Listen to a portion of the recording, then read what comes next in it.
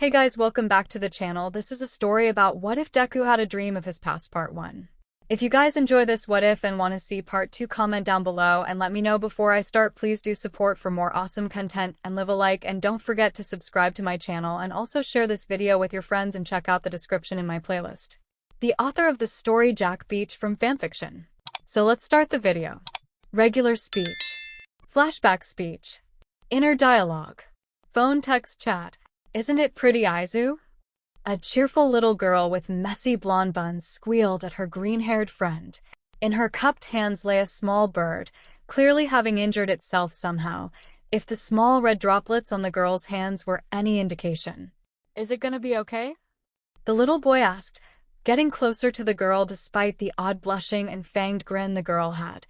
I don't know. As the girl cocked her head, her smile never faltered. It actually grew when an idea seemed to pass through her head. Lifting the bird to her face and opening her mouth wide, she seemed poised to sink her fangs into the poor creature. In another time she might have sank her teeth into the poor creature, and the girl's life would have been a dark and miserable series of twisted beliefs. But with the small addition of another child, Himiko Toga's future was irrevocably changed. Don't! Izuku yelled, taking the bird from the girl's hands and cupping it close to his chest. You shouldn't do that to something so hurt. But it's so pretty. I just want to taste that pretty color it's leaking. Himiko whined, as her yellow cat-like eyes rested on Izuku holding the bird. Then here, Izuku held out his thin pale arm for the girl to gaze at in confusion. What? It's not the bird, but I've got that color in me. So taste it all you want. I'm not hurt and I want you to, so it's okay. Izuku's shaky smile made the girl's blush spread farther up her cheeks, and the fanged smile returned in full force. You promise, Izu? I can taste it? A shaky nod and smile from the boy had the girl approaching him giddily. She gripped his arm and sank her teeth into his forearm. Izuku held the injured bird in his bitten hand and patted the blonde girl's hair with the other free hand, making her settle closer to him as his blood filled her mouth. Toga! What are you doing to Izuku? The pair jolted apart, as they heard Toga's mom yell in frightful anger. Izu said I could. The girl panted with a smile, red dribbling down her chin, and the blush spreading farther over her face. Stop it! Don't make that face, it's horrible. How could you do that to him after his mother brought him over to play with you? When your father gets home, I'll have him set you straight. In the meantime, stay away from Izuku while I call his mother. As Toga's mother left the room, Izuku could see the little blonde girl crying despite her smile never falling from her face. What's wrong, Himi-chan? Izuku asked, approaching the girl. Is there something wrong with me, Izu? She cried, her eyes dull with the echo of what her mother had said about her face. Izuku fidgeted for a moment, petting the bird in his hands before looking at Toga. I like you the way you are. You always smile like All Might, and he's super cool, so you are too. For the first time since meeting Toga today, her smile wavered at his sincere words, giving way to the sorrowful tears of a child who had finally been told what they wished they could finally hear. Why, you don't think my smile is creepy? She sobbed, rubbing at her eyes. Izuku frowned, remembering the pretty blush spreading over Toga's cheeks, and the way her little fangs protruded over her lips as she grinned at him. I think it's cute. Toga's watery golden eyes fixed on Izuku as she lunged at him. A very tight embrace knocked the pair over as Toga buried her head in Izuku's shoulder, crying all the while. See, can I taste your color a little more? She asked as Izuku ran his little hand through Toga's hair. Sure, he answered brightly, liking that Toga liked him enough like the bird to want to taste him, not knowing how weird that sounded. Her teeth sank into his shoulder, causing him to wince, but smile in contentment. Jerking awake, Izuku looked around his all-might shrine of a room, before remembering where he was. Back in the little apartment he and his mother shared. He hadn't thought of Toga in years, at least not since they had moved from their old home to the apartment they were now in. Izuku sat up, trying to remember why he didn't think about the blonde girl until now of all times. If he had to guess, it was because back then, his life hadn't been so terrible. His only friend had liked him back then. Now he was stuck in 𝐴LDRA Junior High, with all his classmates who treated him like a ghost. Well, almost all. Kaken still beat him most days if he said anything about becoming a hero, and if he didn't physically, he verbally beat him. Izuku had no idea why he would remember the girl now of all times. He hadn't understood at the time, but now that he could think about it, Toga's behavior was odd with how fixated on blood she was. That wasn't too hard to believe though. She had those fangs, so it made sense her developing quirk would give her an unhealthy association with it, because the quirk would rely on blood.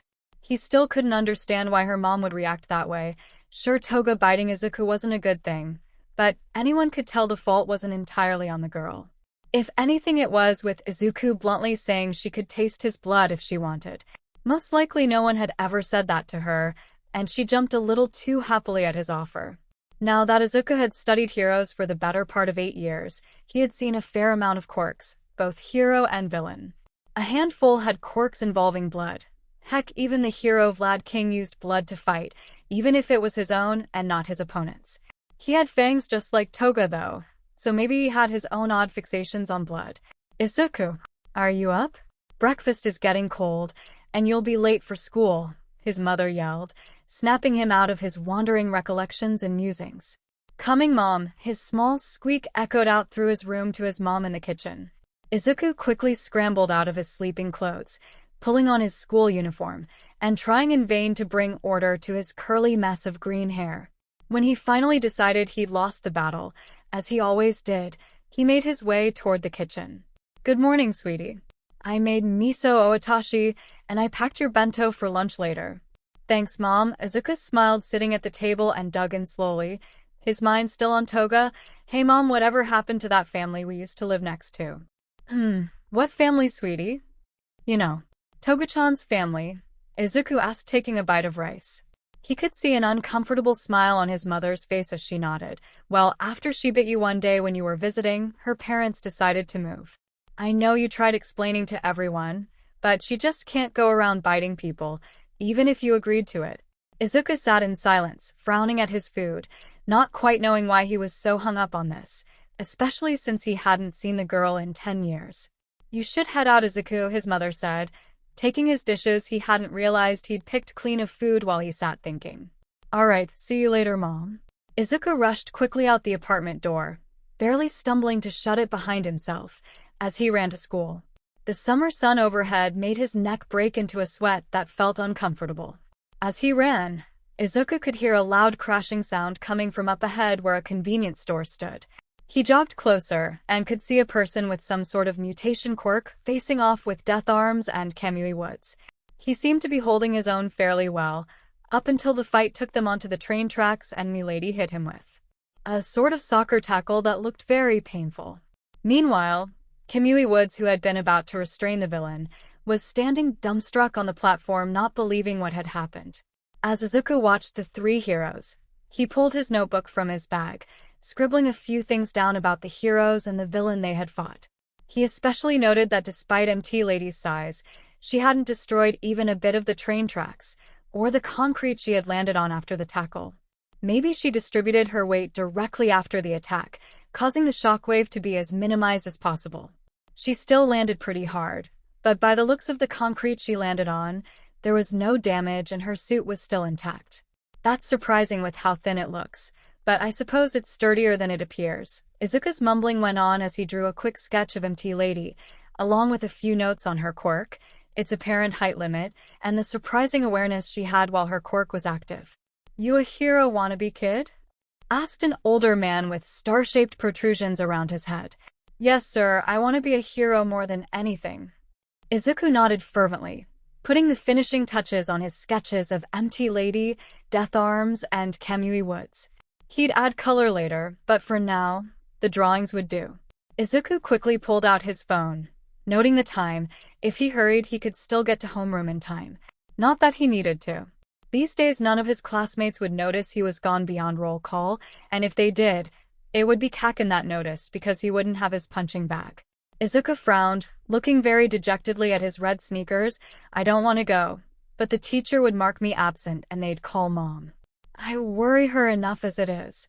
The looming visage of 𝐒𝐩𝐢𝐼 quickly approached Izuku, along with the shadowed understanding by the end of the day he'd probably have at least a bruise. After all, they had all submitted their choices of future careers and the schools they would be applying to, and that meant Kaken would hear he intended to apply to UA. This is gonna suck, Izuku muttered under his breath, hoisting his backpack further up onto his back. The familiar school entryway greeted him. Then the same classrooms passed him by, the same stairs took him up towards his homeroom, and the same door he saw every day met him. Seeing the same things day in and day out was a bit maddening for Izuku. The only variety he had in his life was studying hero and villain fights. Well, that wasn't entirely true. He always looked forward to catching All Might's latest saves or interviews. But remembering Toga had shaken Izuku up. How could he have forgotten the girl?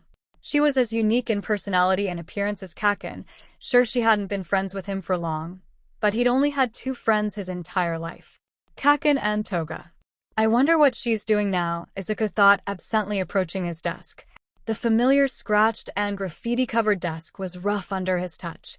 Izuku felt the surface, being careful not to make eye contact with Kaken, who was yelling very loudly in the middle of the room.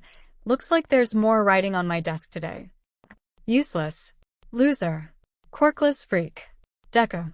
These phrases were repeated either individually or in some combination with one another, but when Izuku looked today, he could see a single additional sentence in permanent marker. Kill yourself, Deku. Izuku's lower lip quivered in uncontrolled sorrow and uncharacteristic anger. Idiots. What would you do if I did it? Alright, everyone take your seats, it's time to start homeroom. That means you Bakugo. Izuku sat at his desk, covering the new graffiti with his shaky hands, all thoughts of Himiko Toga forgotten. Who was it? Kaken? No, if he wanted to tell me to die, he'd do it to my face. Most likely it's someone who either doesn't like me or who hates the fact I'm quirkless. That doesn't exactly narrow it down. But it doesn't matter, does it? I mean, it's not like I could do anything about it. Even someone with a weak quirk could beat me in a fight. Izuku sighed, laying his head in his arms, listening to the homeroom teacher begin going over everyone's career choices. To no one's surprise, they all wanted to go into hero work, and to Izuku's scared frustration, he mentioned Izuku's application to UA along with Kaken's. It's not bad to have goals, Midoriya, but keep your expectations realistic, the teacher said absently, not caring about Izuku's feelings at all. After all, why would he care about some quirkless freak? Damn it, Deku. Quit trying to outshine me and stay the extra you are. You couldn't cut it as a rent-a-cop, let alone a hero, so fuck off. To no one's surprise, Kaken was berating him again. I can apply if I want to. It's not like it'll hurt anyone, Izuku muttered, catching Kaken's ear and making him glare with even more intensity at him. Oh, I know that look anywhere. He's gonna stop me after school now. Izuku looked down at his hands, frightened for the beating that would be coming later. Why didn't I just keep my stupid mouth shut? The question was rhetorical. Izuku knew exactly why he always pushed the envelope with his old childhood friend. If no one stood up to Kaken, no matter how small of a degree it was, he'd step on everyone and think it was only natural. That just didn't sit right with Izuku. He might be quirkless, but deep down when it mattered, he wasn't a coward. He might be scared of the beating that would come later, but he wouldn't run from it, and he knew he'd eventually have more for the same reason. Kaken pissed him off a lot these days, and he couldn't help but express it even if it was only a little bit.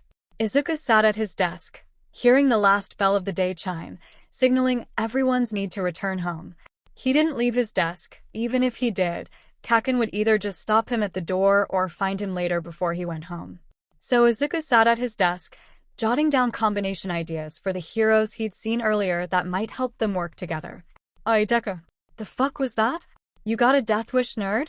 You've got some balls applying to UA when you know damn well I'm gonna be the only person from this nowhere school to get in. Kaken's glare was murderous. But really, when was it not? You don't think there's any harm in me trying, Kaken?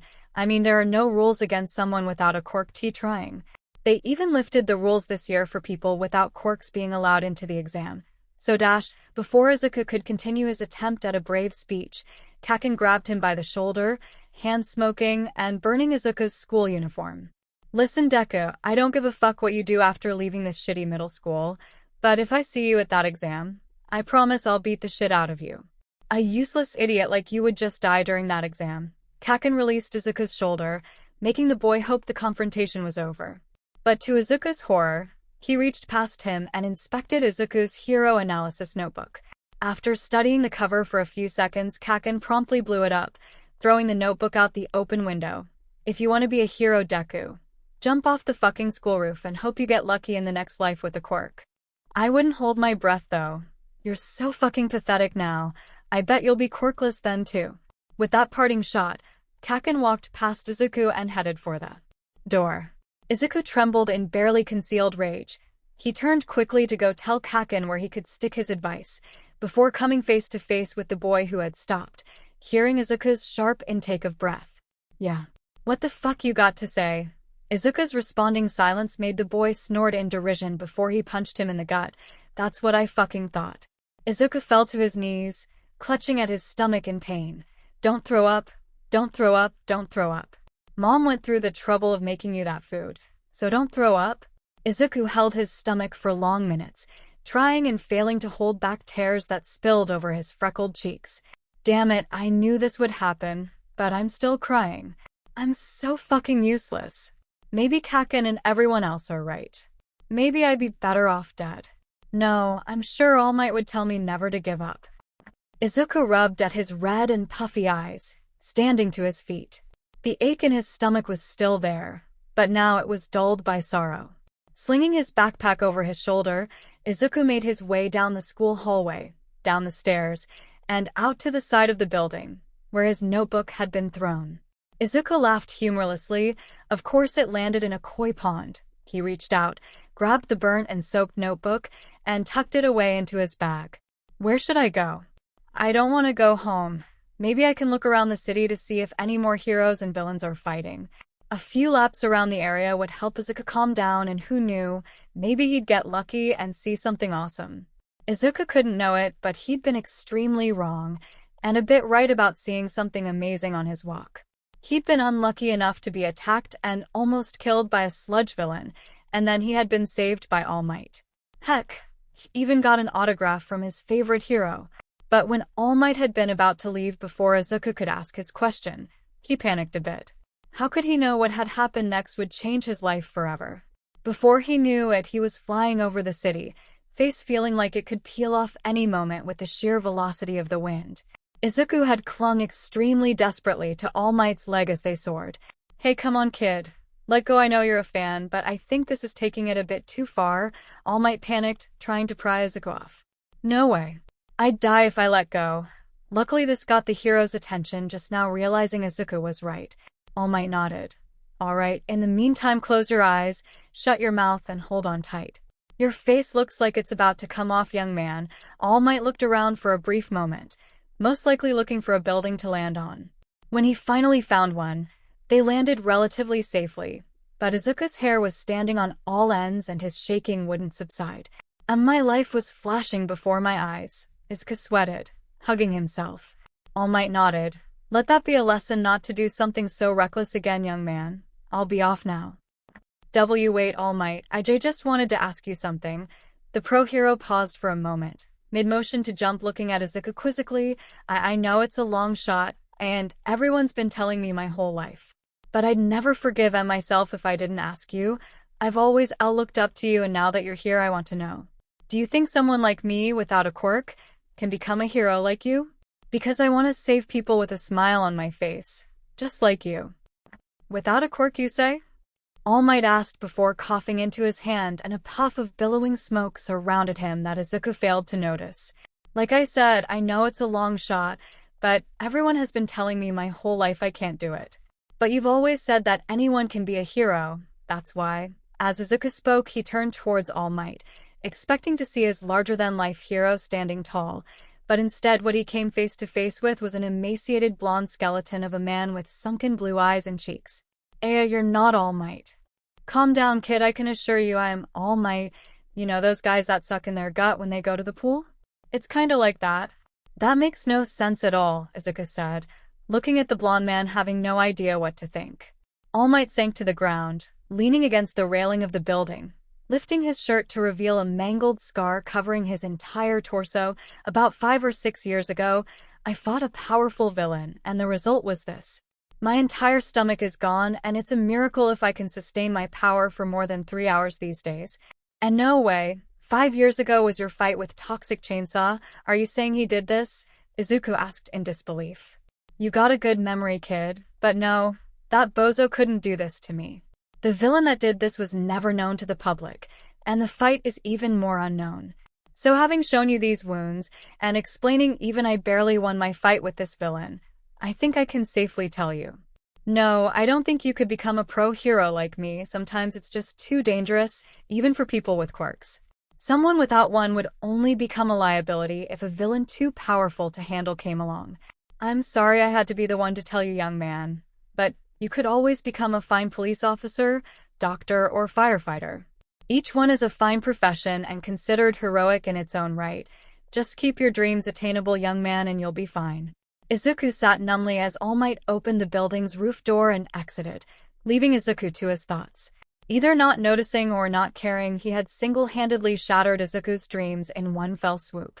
Not even Kaken's constant verbal and physical beatings had ever made Izuku give up, and yet, now he felt emptier than he ever had in his life. If you want to be a hero, Deku, jump off the fucking school roof and hope you get lucky in the next life with a quirk. And here Izuku was, Kaken's words echoing in his head. He stared blankly at the railing All Might had sat against. Why not? I can't become a hero. Even All Might said so.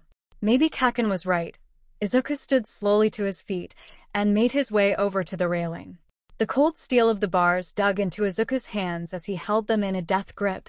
The odd squared shape of the bars hurt his hands, but he figured it wouldn't matter much very soon. Izuku looked down from his position on the railing, seeing the shadowed alleyway beneath him. Maybe twice my school's height? So about 8 floors. Would that be enough to kill me? It'd have to be, right? I mean, I don't have a quirk, so it should be. This thought made Izuku laugh. Even now he was berating himself for being quirkless. If he had thought this through more, he probably would have written a note for his mom and whoever found his body, but who was he kidding? Most likely no one would find his body for a while. The alley he was staring down into seemed to be very vacant. Whatever, he sighed, letting go of the railing and falling over the edge. Regular speech. Flashback speech. Inner dialogue. Phone text chat. Red was the color that made up the entirety of her world. It was the only color that mattered to her anymore, and it was the only color that ever gave her shelter from all of the horrible things she had done. If she ever tried to stop seeking out that beautiful color and live normally, her dreams would only haunt and torment her, leaving her sleepless and shivering. The only dreams that warded off her night terrors were the scarce recollection of a green-haired boy with freckles consoling her as a child. It's not the bird, but I've got that color in me, so taste it all you want. I'm not hurt and I want you to, so it's okay. The sweet, watery smile the boy always had never ceased to bring a gentle smile to Himiko's face. And just like always, her smile was wiped away with her mother's words. Toga, what are you doing to Izuku? The pair jolted apart as they heard Himiko's mom yell in frightful anger. Izu said I could. The girl panted with a smile, red dribbling down her chin, and the blush spreading farther over her face. Stop it. Don't make that face, it's horrible. How could you do that to him after his mother brought him over to play with you? When your father gets home, I'll have him set you straight. In the meantime, stay away from Izuku while I call his mother. Himiko always frowned at the tears coming to her younger self's face. Those days she had been quick to cry at her mother's words. It had been a miracle she hadn't burst into tears right there in front of the little boy. Oh, how far she had come. What's wrong, Himi-chan? The boy Izuku asked, approaching the girl. Is there something wrong with me, Izu? She asked, her eyes dull with the echo of what her mother had said about her face. Izuku fidgeted for a moment, petting the bird in his hands before looking at Himiko. I like you the way you are. You always smile like All Might, and he's super cool, so you are too. The tears that came to her face that day had been the first happy tears she had ever shed in her life. To her knowledge, this had been the only time her smile had ever wavered in front of the green-haired boy back then. Why, you don't think my smile is creepy? She sobbed happily, rubbing at her eyes. Izuku frowned, for a moment seemingly remembering her smile and not hesitating with his answer. I think it's cute. Himiko woke gently from her sleep, tears falling down her cheeks at one of the only happy memories she had to hold on to. Himiko stretched her arms over her head, feeling the satisfying pop of her joints as the tension from her sleep unwound. She looked around the room, looking at the posters of female heroes and the odd pop idol. The room wasn't exactly decorated like she'd like it to be, but it would do, after all. It's not like this was her room.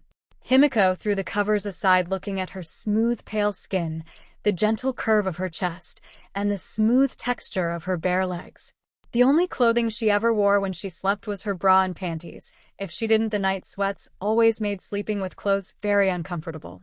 "I wonder what I'm wearing today," Himiko giggled to herself, skipping over to the room's closet. Inside was an assortment of dresses, shirts, and neatly kept shoes.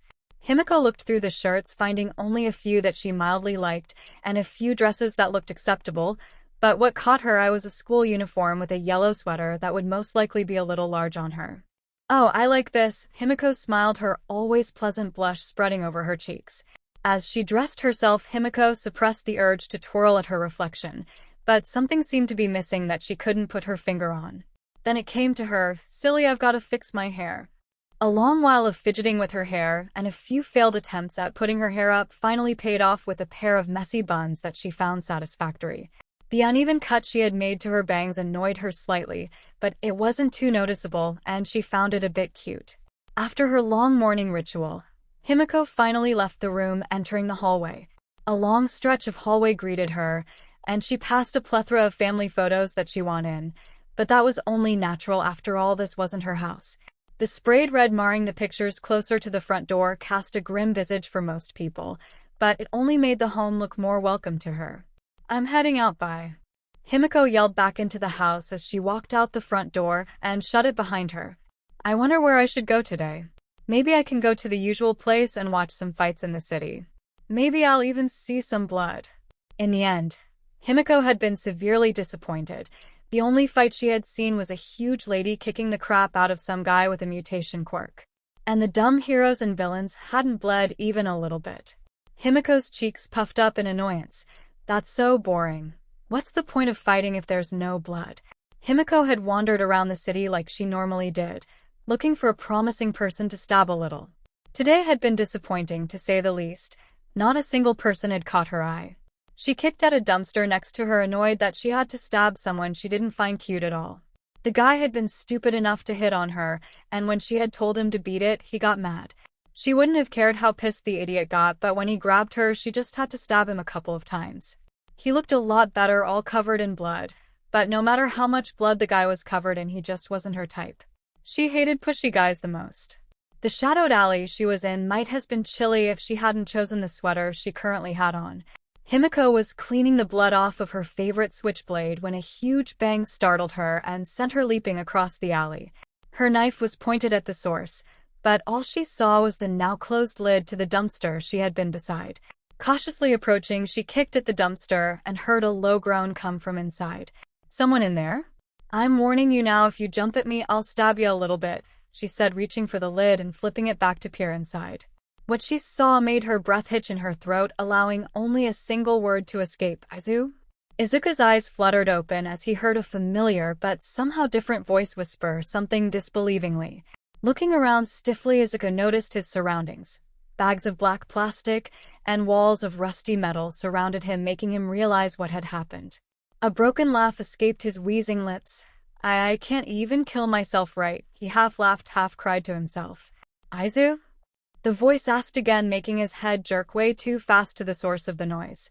What he saw made his eyes widen and his lip quiver in unbelieving hatred for his luck. Toga-chan. He couldn't find any more in words besides the girl's name. There was no way he had the wrong person. The old nickname that only she had ever used. The blonde hair, her golden cat-like eyes, and the fanged teeth peeking out from her disbelieving pale pink lips. "It is you, Izu," she yelled, jumping for joy and clapping her hands.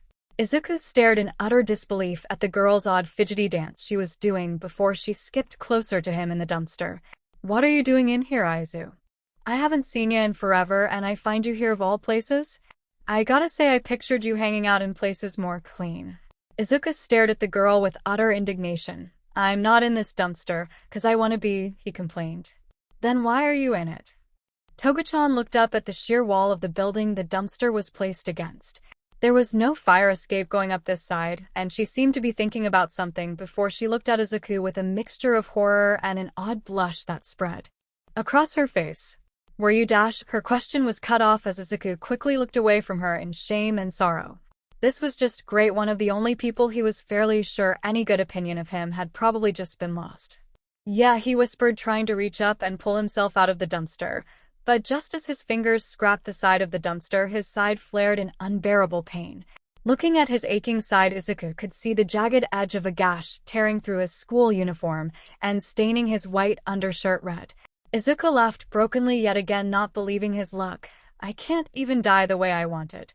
I guess I'll bleed to death here. I guess it makes sense a stupid Deku like me couldn't do anything right. Toga seemed to stare at Izuku for a few seconds, specifically at his open wound freely bleeding into the dumpster he was laying inside. Himiko licked her lips nervously before approaching Izuku and holding her hands out to him. I'll help you out this time. Come on, give me your hands, Izu. He stared at the girl for a moment through his green mop of hair. Okay?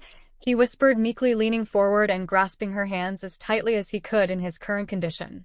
The warm, soft texture of the girl's hands made him blush slightly before the painful pull of her arms, and his leaning caused him to cry out in pain. Himiko didn't let up, though. She continued to pull Izuku out of the dumpster until he finally fell forward out of the metal container, bringing her with him to the ground. Sorry, Izuku stuttered, painfully pushing himself off of and away from Himiko. Are you okay? She seemed to be staring at him in utter disbelief before she looked back down to his bleeding side that he pressed his free hand into so he could stem the bleeding. I am fine, Izu. But what about you? You're bleeding. As she stared at Izuku's wound, he could see the light in her eyes at the sight. I'll be fine. I think it's just a cut. It'll heal. Do you still like blood, Toga-chan? Izuku asked, carefully, not knowing how she would react. The fast snap of her head made her neck pop as she changed her gaze from Izuku's side to his questioning face. Why, sorry, I'll stop staring. I know it makes people uncomfortable. Izuku didn't quite know what to say. Her stare didn't exactly make him uncomfortable in the way she probably thought. It was more of the fact no girl had looked at him with anything other than disgust in a long time. Well, except for his mom anyway. It's fine, he said, surprising the girl. I don't know if you remember, but back when we were kids I said you could taste it if you wanted to. So looking isn't a problem. Her eyes seemed to glow in the dark alleyway as she gazed openly at Izuku's wound. Her eyes flickered up to Izuku's face and then the wound before she crawled over to his sitting form across from her. A gentle hand with delicate fingers reached to his side before retracting in uncertainty. Can I still, Izuku frowned in confusion for a moment before he realized what she meant. She wanted to taste the blood. For a moment, Izuku's bright red face nearly made him pass out from the unbelievable embarrassment, and then the absurdity of that concept made him laugh. What? Himiko asked, confused for a second, and then a glare tore her pretty features from her face and made her look like a snarling leopard. Oh, I get it, you're making fun of me. The freak wants some blood, let's laugh at her. That right? Izuku clutched at his side in pain when the laughter left him at her expression. And no, sorry, I was laughing at myself. For a second I was embarrassed you wanted to taste my blood. But I'm fine now, you can go ahead, he smiled dumbly looking at the girl. Her snarl had left her face, leaving another disbelieving look in its place. Her hand slowly approached Izuku's side, gingerly making contact and slipping through the tear in his shirt. Izuku's bright red blush returned, but this time with a coloration of pain to it as Himiko gently pressed her hand against his wound. The bright blood smeared her hand, making it look as if she had gone a little crazy finger painting. Himiko and Izuku both gazed at one another as she withdrew her hand and slowly brought it up to her face to take a deep smell. Then her tongue gently parted her lips as it traced up the length of her hand, taking a large portion of Izuku's blood with it. The wide content smile that spread across Himiko's face made Izuku blush, even deeper if that was at all possible. Is it that good? He asked, watching her take a few smaller laps at the blood. So good, she swooned, placing her clean hand on her cheek in contentment. I guess I'm a little glad. Izuku sighed, rubbing the back of his head with a dumb smile he had no idea was on his face. Can I taste it directly? She asked, the light in her eyes intensifying with its fervor. That's a little dash. Izuku trailed off, looking at the girl's wide, pleading eyes and pouting face, leaning extremely close to his own, making him wrap his arms around his head to hide from her gaze. I guess that'd be all right. Yay. Thank you, Izu. She giggled, happily crawling so close to Izuku she was practically laying in his lap. Her right arm wrapped around Izuku's side, and her left lifted his shirt slightly so she could easily access his cut. If Izuku had thought he was close to passing out earlier, that feeling was nothing to how he felt now. Himiko's tongue was tracing the blood that had flowed down his side, before gently licking the blood from his pale skin. And then her tongue flattened, trailing along the wound itself, sending jolts of pain and odd pleasure at the contact up his spine. Titobi-chan, this is a little embarrassing, Izuku gasped, feeling Himiko's chest press into his legs. As she pulled away from Izuku, he found himself missing the closeness. But then the girl pulled a pink bunny-printed band-aid out of the pockets of her sweater and promptly slapped it over Izuku's wound. Slowly, Himiko lifted herself off of Izuku, licking her lips in satisfaction. All better. Now I'll help you up. As she stood, Himiko grabbed onto Izuku's hands, pulling him up almost as if he weighed nothing. The girl must be a lot stronger than she looked, even though she was a few inches shorter than Izuku himself. So, why'd you do that? She asked very bluntly, cocking her head to the side like a curious cat. Did you do what? Let you drink my blood? He asked, knowing full well what she meant. She didn't seem to fall for his deflection at all as she walked, pulling him along and towards the exit of the alley. You know what I mean, Izu. And don't pretend you don't. Why, you probably didn't know this because we were friends a long time ago and it was before I even knew. But I'm quirkless. Himiko's slight wince affirmed she hadn't known, but did show she remembered what he always used to talk about. So it's about wanting to be a hero. The way she said it with certainty made Izuku himself wince at the boiled-down simplicity. It's not just that. It hasn't been easy for me. You're still one of my only friends and we haven't seen each other in years. I don't even know if you still consider me a friend. It's been so long. You've probably had tons of friends since me. I mean, why wouldn't you? You're really pretty and you always smile, so you must, right? Himiko's wide, teasing smile was slightly discolored with sadness. Sorry, Izu, you're the only friend I've made since we were kids. Really? Izuku asked, confused. Yep, now don't get off track. What's the whole story? Well, I guess I always knew it'd be hard to become a hero without a quirk, and I thought I was completely prepared for an uphill battle to reach my dream. But it's been more like trying to climb a mountain in flip-flops and shorts, rather than walking up a hill. This entire time, everyone has been saying I need to be realistic and admit I can't do it. Well, not everyone has been like that. Mom doesn't tell me to give up, but she hasn't ever said I can do it either. Kaken has been the worst, probably. Kaken? You got a boyfriend I should know about, Izu? I think we just did something he wouldn't approve of if he saw it. Himiko grinned widely at Izuku, making his face flare up again. It's not like that. Kaken is just what I've called him since we were kids.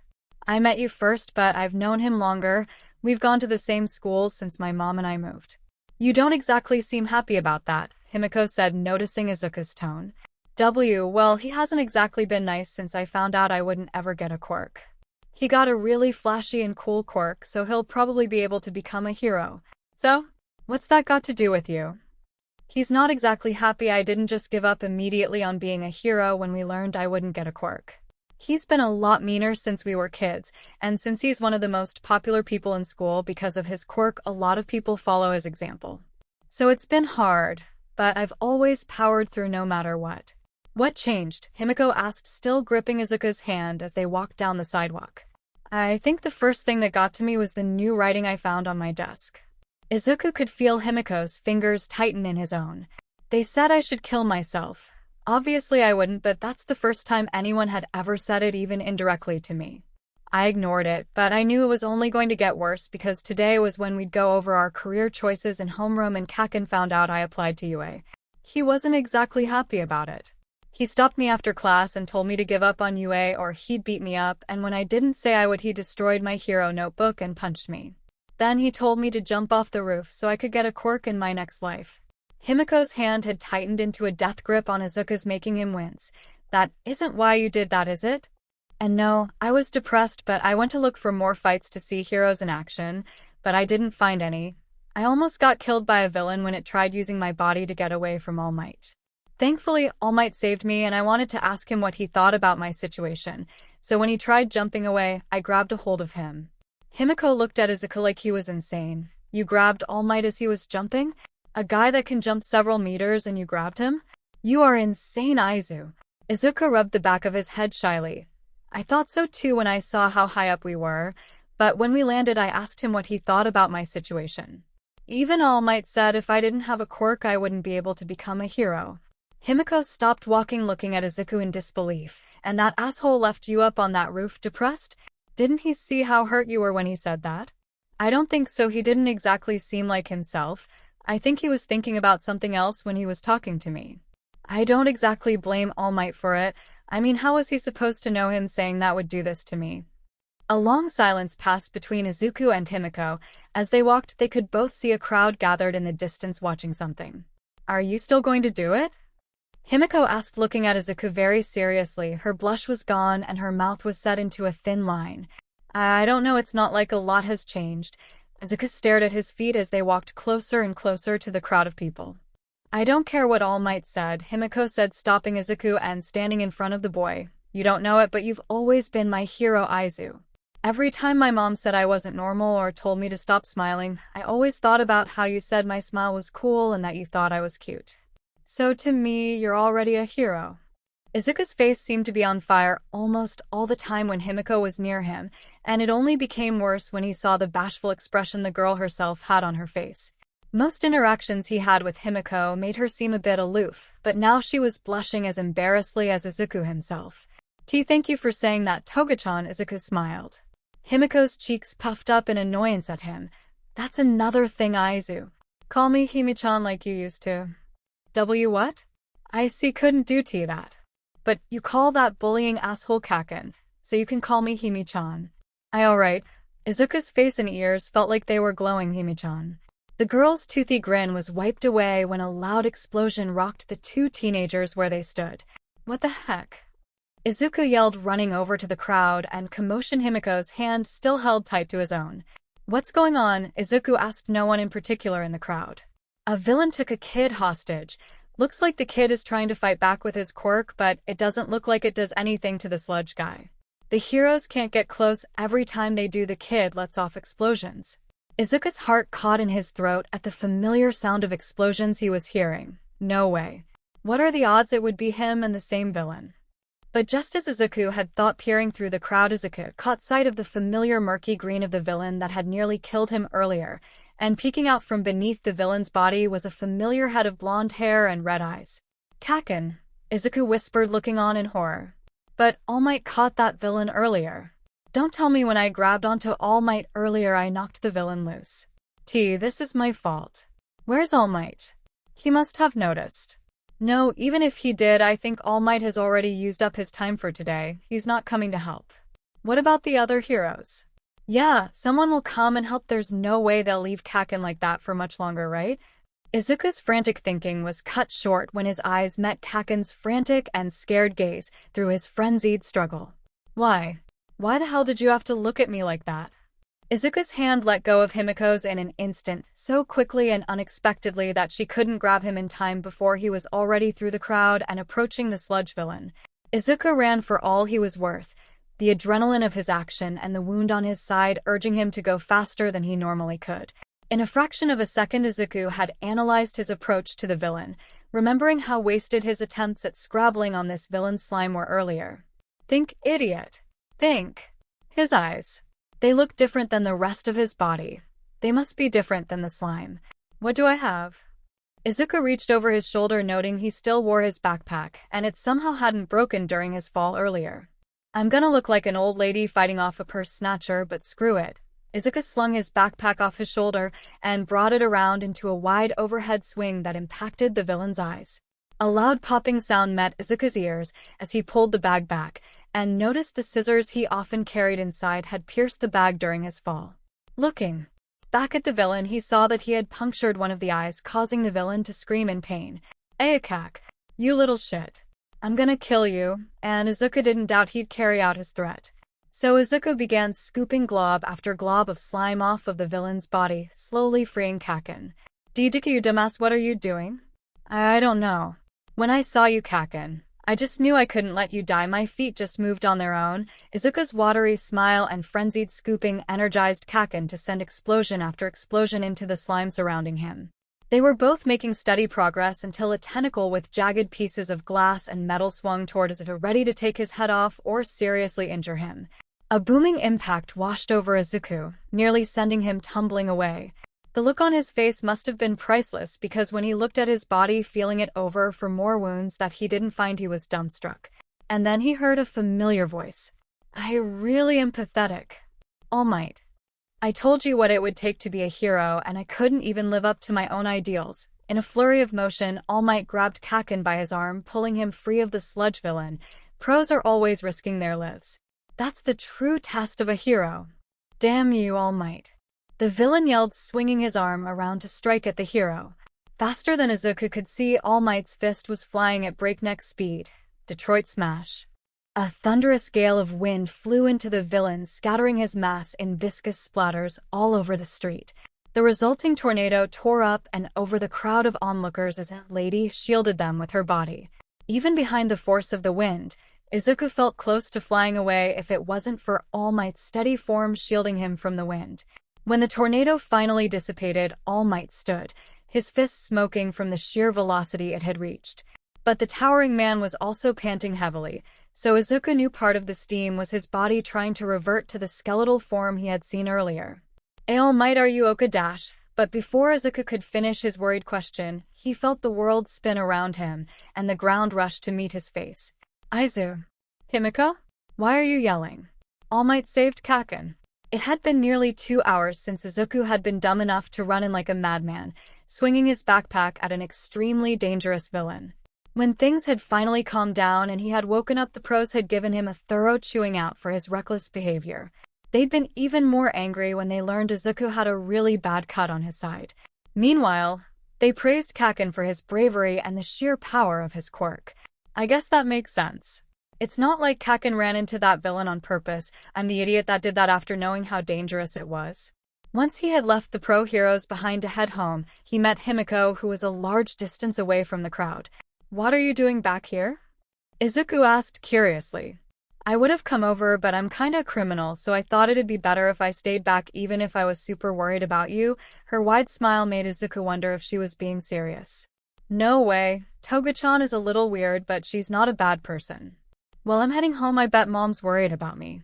Do you want me to walk you home first, Toga-chan? It's Himi-chan, she said, crossing her arms and pulling out her phone. I can make it to my house, but thanks, Izu. So let's exchange numbers.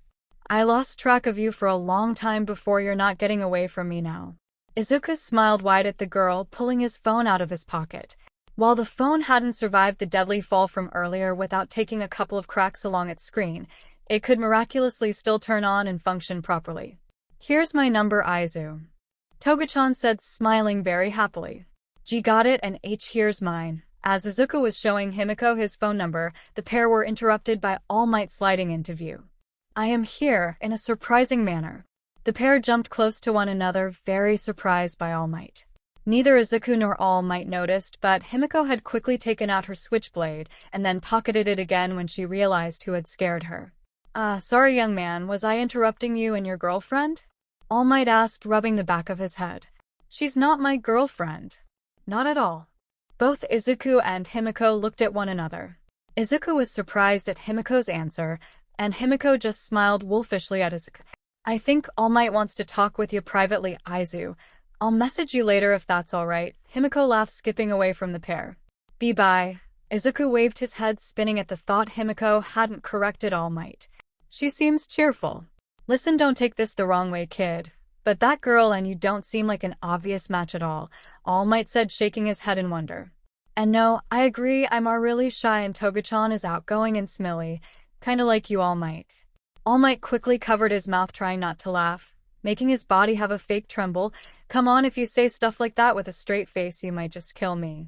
Sorry, so what did you come over to talk to me about, All Might? Young man, I think an apology is in order. You see, I had stagnated and my ideals had slowly eroded along with my body, and I shouldn't have so callously reproached your dream when I wasn't even living up to my own. Why, you don't have to say that, All Might. I mean, you were right after all. I mean, I was useless trying to save Kakin back there, Izuku said, looking down dejectedly to his red sneakers. All Might's hand rested on Izuku's shoulder. Just the weight of the hand nearly floored the boy. That's simply not true, young man. Had you not run in when you did, I would have been content to stay on the sidelines, allowing that boy to suffer until someone else came along to save him.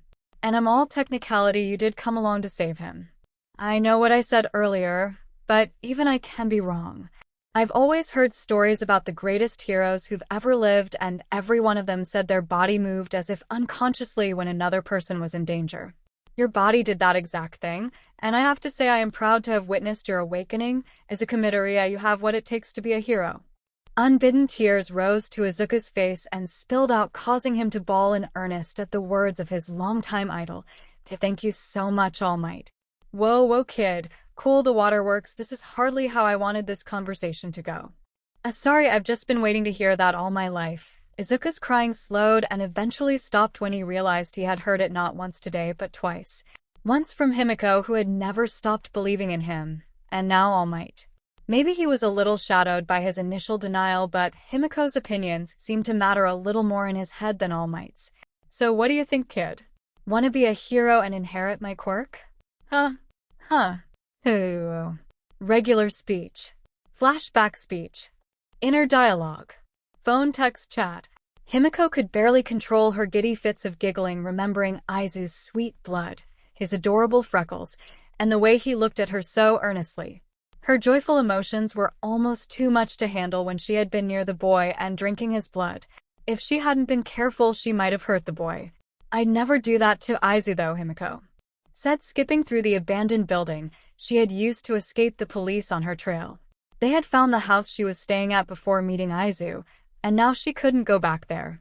Luckily, she'd had a vial of the girl's blood whose house she had been in, and now they were looking for her instead of Himiko. Fun. I want to have fun with Izu, she sang happily, twirling inside the building. Remembering her promise, Himiko pulled her phone out of her sweater's pocket. She had deleted all of the contact information for this phone she had taken, and in its place was only Izu's number. Next to the boy's name, she had put copious amounts of stars and hearts. Hey Izu, a few minutes passed by as she waited for a reply before the telltale started wiggling, showing Izu was typing. Hi Toga-chan, did you get home all right? Leave it to Izu to worry, she giggled to herself, typing a quick response. I thought I said to call me Himi-chan. Right, sorry. Hey, I've got awesome news. Oh, are you gonna let me taste your blood whenever I want? Izu's response took a while to come. No doubt she had flustered the poor boy again. It's not that, but like I said when we were younger, you can have some whenever you want. Maybe it should be just between us though, because I think other people might react kinda like your mom did when we were kids. And if it'll help keep your cravings in check, I want to help you. But I wanted to tell you, All Might is gonna train me to become a hero. I'll be ready by the time the exams for UA start. All of what Izu had said came as a bit of a shock to the girl. Of course, she knew how selfless Izu had been when they were little, but he seemed to be even more so now. Then the news All Might was going to train him was even more amazing. OMG, you're training with All Might. I know. I'm just as surprised as you are. Himiko continued texting Izu late into the night until he finally said he needed to sleep. All Might wanted him to show up early to some beach so he could start training the next morning. I kinda want to find out what beach he's talking about so I can watch Izu sweat. The intense blush that crossed her face was sinisterly framed by her wide-fanged grin. Had any normal person seen the expression on her face, they would have turned around and promptly run away. Himiko began searching through nearby beaches, noting the ones she thought might be possibilities, until she came across what had to be the perfect option. 𝗂𝐴𝐵 Municipal Beach Park. She sighed in satisfaction at her detective skills. The other beaches she had looked into were all fairly remote, but they had far too many visitors for All Might to go unnoticed training a teenager. 𝗂𝐴𝐵 Beach, however, was a famous landmark for its trash-strewn shores, which were only visited by illegal dumpers. It would be the perfect place for Izu to build muscle, but also get used to practical movements with his muscles that regular gym workouts didn't give. I get to watch Izu train, Himiko sang as she left the building to head in the beach's direction. After all, she'd need to get there early if she wanted to find a good spot to watch Izu. Come on, young Midoriya, put your back into it, All Might shouted from his position atop the huge refrigerator. You know, people without strength quirks move these things all the time. That might be true. Izuku panted as he tried in vain to pull the fridge along, but it's a little harder with your extra 600 pounds of muscle on top of it. Nah, I'm more like 560, I've slimmed down. That's insane. Izuku stumbled, falling face first into the sand of the beach. They had made slow progress cleaning the beach, but it had only been a couple of weeks, and while Izuku was getting used to the daily labor, he was still thin as a rail. "At this rate, you won't be able to inherit my power at all Might said jovially from atop the refrigerator as he took pictures of Izuku's pitiful state. But you said I was worthy of inheriting it." The pitiful yell Izuku let out made All Might wince. "Calm down. I only meant your body itself. Do you think a newbie who's gone through virtually no strength training whatsoever could inherit a power as incredible as one for all?" All Might shook his head, wagging a finger. "I don't think so. If you inherited my quirk as you are right now, I bet your limbs would shoot off in every direction. Now you get what I mean?" "And my limbs?" Izuku had to suppress the shudder that ran through his body at the mere thought. "That's right," All Might nodded. "That's why we're here, strengthening your body so you can hold one for all without any side effects that might be too extreme." Thank goodness, Izuku sighed, seeing All Might had a good plan set in place for his growth. However, 10 months is hardly enough time to prepare your body for all of One for All's power. You may be able to contain the power by the time we're done, but all of that force will be like trying to hold in a tsunami with a glass cup. Sure, you might fill it up, but if you're not careful, that container will crack under too much force. Gee, got it. I'll be super careful. Right, and with all that said, here, All Might passed Izuku a sheet of paper with dietary routines, training schedules, study time frames, and even a schedule for his sleeping and nap times. "This is thorough," Izuku noted. "Of course, it'd have to be to get you in shape just in time for the UA entrance exams." All Might leaned in conspiratorially to whisper in Izuku's ear, "And if you look closely, I've left you a little free time each day to see that lady friend of yours. This packet's got it all. But what else would you expect from the aim to pass All-American Dream Plan?" All Izuku did in response was blush from his head to his toes in utter embarrassment. "Please just kill me. It's just like Mom teasing me over the barest hint I might have a girlfriend. All jokes aside, this is gonna be a very grueling 10 months for you, my boy. Do you think you've got what it takes?" Gripping the paper with trembling fingers, Izuku nodded, smiling with worry, and yet he was also extremely excited. "Sure, I can do this. No problem." Meanwhile, a pair of intense yellow eyes followed Izuku's every move, the owner never wanting to miss a single moment of the boy's training. Bravado was all well and good in Izuku's eyes, but when he had gotten down to the proper training, his entire body ached every day. Today was no exception, and if anything, he was aching even more with the set of teeth sinking into the side of his shoulder. "𝐬𝐻𝐵𝐼 whined, wiping the blood from her mouth. "Your dumb shoulder muscles are making it hard to bite you." Izuku laughed nervously for his part. Even if it had been 6 out of the 10 months since he first met her, Izuku's heart still raced when she got as close as she often did to take blood from him. "I think you'll have a hard time finding somewhere on me that isn't muscular at this point. All Might is a real slave driver where my training is involved." Himiko was currently sprawled across Izuku's lap, her feet dangling over the couch in the apartment. If Izuku's mom had been home, they'd still be as close as they currently were. Himiko was entirely too clingy not to be all over Izuku if they were in the same room. Honestly, the only difference would be whether or not Himiko could take Izuku's blood. Neither of the teens had mentioned their routines to anyone when seeing each other, so Izuku's mom didn't know what they did while alone. Depending on who had suggested when they should hang out, that person would be the one to plan what they'd be doing. But without fail, at least once when Himiko saw him, she would sink her fangs into Izuku's shoulder and drink her fill. Honestly, the blood-sucking itself wasn't a problem. It was the copious amount of hickeys he had almost constantly because of them. Sometimes Izuku was sure Himiko left them on purpose just to mess with him. He could still remember his mom's reaction to the marks. It had been 3 months in, and Izuku had already told his mom he'd met Himiko again after a long time and started hanging out with her. "Izuku, dinner's ready," she had yelled, drawing him into the kitchen with the inviting smell. "Thanks, Mom. Ever since I started training, I've gotten loads more hungry than usual." "Of course, sweetie, but don't overdo it." "I won't, I promise." "That means with Himiko-chan too," she had said, drawing his attention with a frown in confusion. The smirk he had seen on her face had filled him with dread, and the gentle point to the side of her neck where his hickeys were made him turn tomato red. "Ugh, this is why you should let me take your shirt off," she whined, kicking her feet. "I bet I could find a good soft spot to bite into even with all your muscle." "I'm good. You being this close is nerve-wracking enough with my shirt on. I might die of blood loss if I didn't have it." Himiko stopped kicking her feet and sat up, putting her entire weight on Izuku's crotch, making him very uncomfortable. What if I let you bite me? Will that even it up enough to take your shirt off? If Izuku wasn't hot under the collar before, he was practically smoking at those words. I could never do tattoo to Toga-chan. Her devastated pout made Izuku shut his mouth with a very loud snap. Am I not your type, Izu? Or do you not want to do that stuff with me because I'm creepy? That's not it at all, 𝐒𝐭𝐴𝐵-chan. Izuku stuttered, using her preferred nickname to ease her worries. It's just I've never done that kind of stuff with anyone. Her grin couldn't be described in any other way than lecherous as she gazed into Izuku's eyes like he was a mouse and she was a snake. That's fine, Izu, just lean in like this. She gently guided Izuku's head with her hands to angle into the crook of her neck, and then she gently stroked his jaw, making it loosen so that his top teeth grazed gently against the soft skin. Now just bite down a little. It doesn't have to be as hard as I bite, but a little bit will feel nice. The heady feeling of Himiko's hands stroking Izuku's face made his eyes flutter. Before he knew what he was doing, he had sunk his teeth gently into Himiko's shoulder.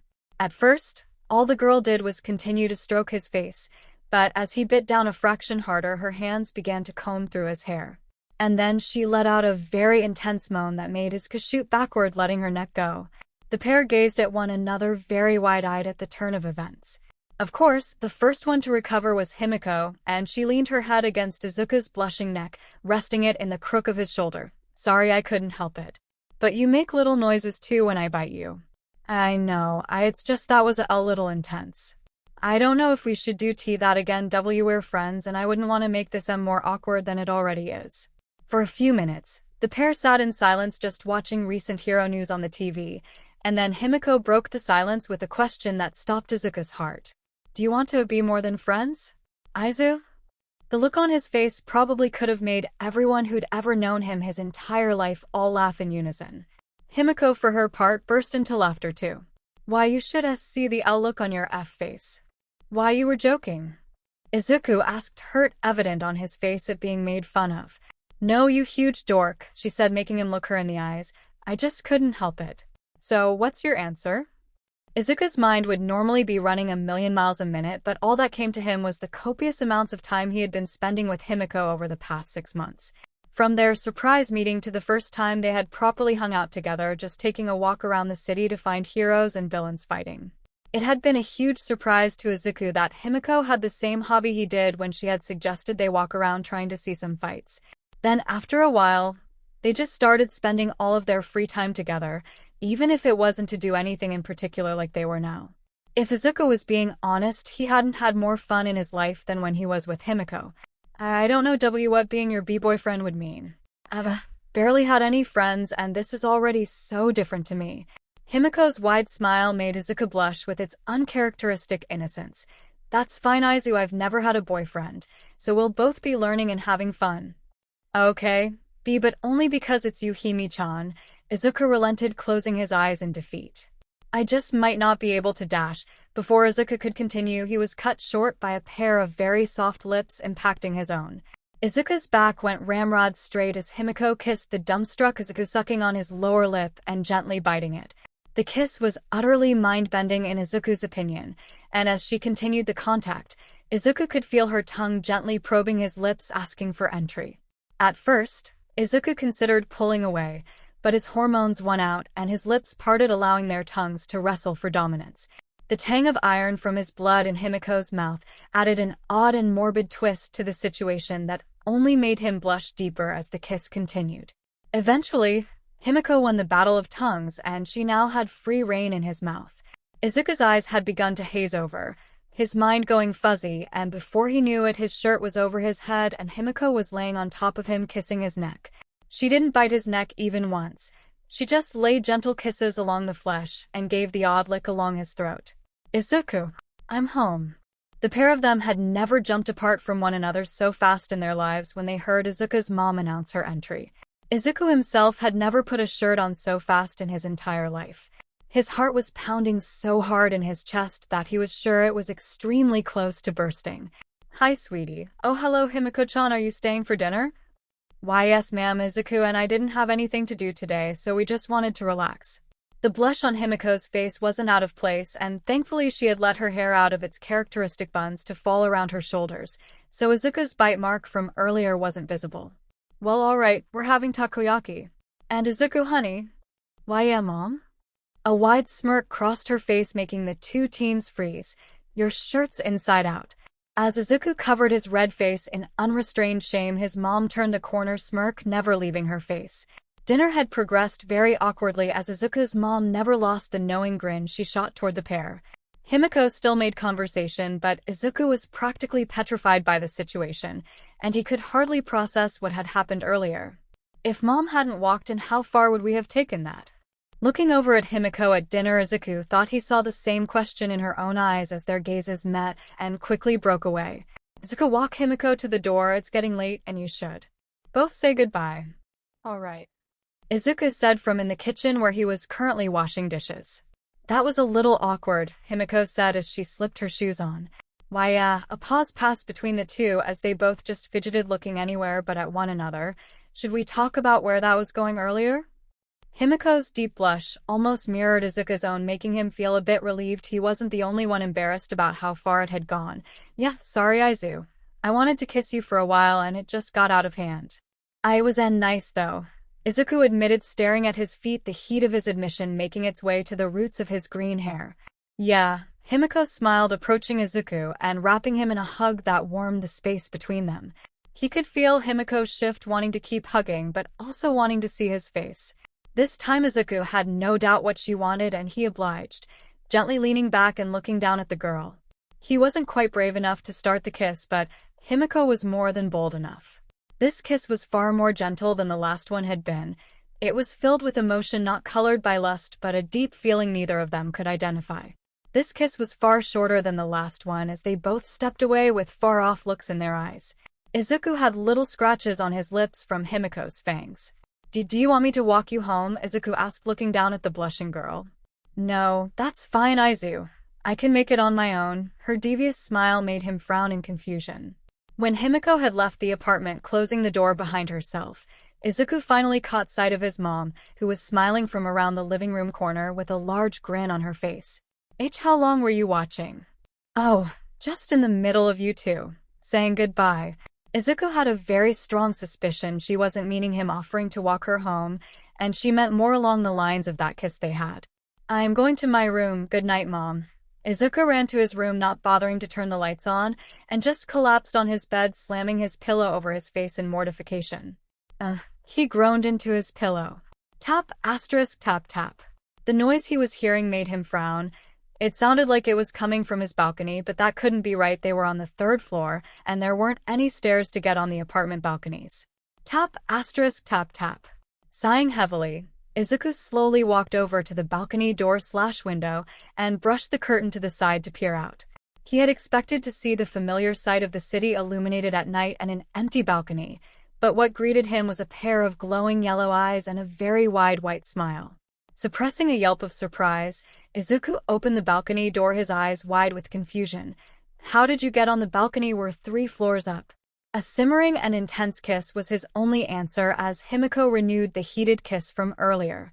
The pair stumbled backward, Himiko tripping lightly on the balcony's lip. Thankfully, Izuku's new training regiment had granted him significantly more muscle than he used to have, and he easily lifted the girl up, her legs wrapping around the boy's waist. Izuku tried in vain to hold the girl up by only placing his hands on her back, but that quickly began to fail as she slid down, and he instinctively flailed his arms down to find a better point to hold her. A soft gasp escaped Himiko's lips as Izuku's hands firmly grasped her, but with each hand. To his utter shock, he had somehow managed to miss the girl's skirt entirely and place his hands against the bare skin of her rear. Getting a little frisky, aren't you, Izu? She asked, teasing the poor boy by wiggling lightly in his grasp. Sorry, I just didn't want you to fall. It's alright. Maybe we should just go over to your bed though, just in case. She smiled, her eyes half-lidded. Izuku gulped audibly, light steps padding over to his bed and crouching down to place Himiko on the bed as softly as he could. But the girl knew what Izuku was going to do and quickly pulled him down with her before he could back away. The pair stared at one another, both blushing, but Izuku, as usual, was worse off than Himiko. Himiko leaned back into the boy, continuing the kiss, Her tongue slipped into Izuku's mouth again, but thankfully this kiss was a mix between the one from earlier and the soft kiss they had shared not even moments ago downstairs. Himiko's soft touch traced down Izuku's face and down to his shirt, which she started lifting over Izuku's head.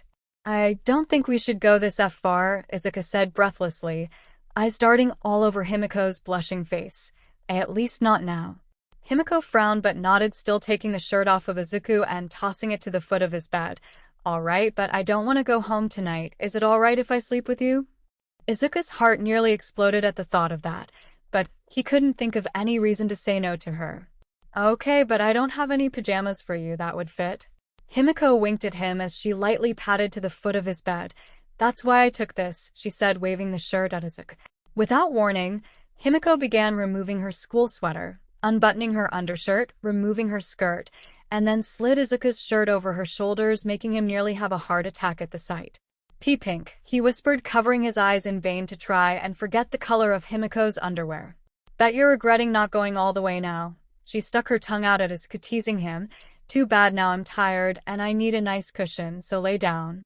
Without arguing, Izuku lay back onto his pillow, shifting to the right to give Himiko room on the bed, but he might as well have stayed where he was because Himiko all but lay on top of him. He may have been far more stimulated in this moment than in his entire life, but he had the common decency to ask after Himiko's well-being. "Are you cold?" "A little bit," she answered, wiggling closer to Izuku and resting her head on his shoulder. Izuku sat up a bit, making Himiko protest slightly before she saw what he had clutched in his hand. The comfortable whisper of a blanket covering the pair made them both relax as much as possible. Before long, Izuku could hear the steady in and out of Himiko's sleeping breath. At first, he was certain he would never get to sleep tonight, but the comfortable proximity of Himiko and her welcome warmth in his typically cold room made him begin to doze off with a soft smile on his face. "If this is what it's like to have a girlfriend, then I'm starting to like it." Regular speech. Flashback speech. Inner dialogue. Phone text chat. 1 month was all Izuku had before the UA entrance exam would start, and he was panicking at what Himiko was telling him. "All Might still hasn't given you any combat training?" she asked, looking at Izuku as if he were very dumb. "And no, that wasn't on the plan he gave me anyway. Why would he need to?" Himiko's face was blank for a moment before she reached over and pulled on Izuku's cheek very painfully. "Because Aizu, everyone knows the UA entrance exam is almost always a written exam followed by a practical." "Why, yeah, I know that." Izuku winced, rubbing at his sore cheek. "What's your point?" "Dummy. Do you think a practical test means having you lift weights? What about people with quirks that aren't strength-based? They can't cover all the things some quirks can do in just 2 hours. Izuku was about to open his mouth in protest, but now that he thought about it, she was right. There was no way it was as simple as testing an applicant's strength, and the only thing he could think of was some sort of battle test to gauge their strengths and weaknesses. What am I gonna do?" Izuku asked, panicked. Himiko gazed at Izuku strangely for a moment, but then she looked away, clearly not happy with her suggestion. "I could show you some stuff if you want. I'm fairly good in a fight, but I don't know how helpful my style will be for you." Izuku stared at Himiko open-mouthed and disbelieving. He was just about to decline, saying he wouldn't want to hurt her, but then he remembered how easily she had hoisted him out of that dumpster months ago. Himiko was stronger than she looked. "Are you sure? I won't hurt you?" The smirk that came over her face made him shudder for the first time. The way she looked at him was very predatory. "I'll be fine, Aizu. Just tell me when you're done each day we train. I trust you'd know your limits." "Okay, so when should we start?" Himiko leaned over Izuku, looking out his apartment window, seeing it was still fairly light outside. "We might as well start right now. Go put your workout stuff on." "What about you?" Izuku asked, remembering none of his clothes would fit Himiko. "I'm fine, I won't need any." Himiko looked at Aizu as he stretched across from her. The grains of sand on the beach he'd been cleaning shifted under his movements. "How should we start?" he asked, straightening and looking at Himiko as if he was a curious puppy. Himiko put a finger on her chin. Looking up at the clouds, she thought of the best way to get Aizu to understand she could beat him easily at this point. "Oh, I've got an idea," she thought, grinning to herself. "Come at me however you want." She brightly smiled, her eyes never wavering from Aizu. "Huh? Just like that?" "Just like that. Come on."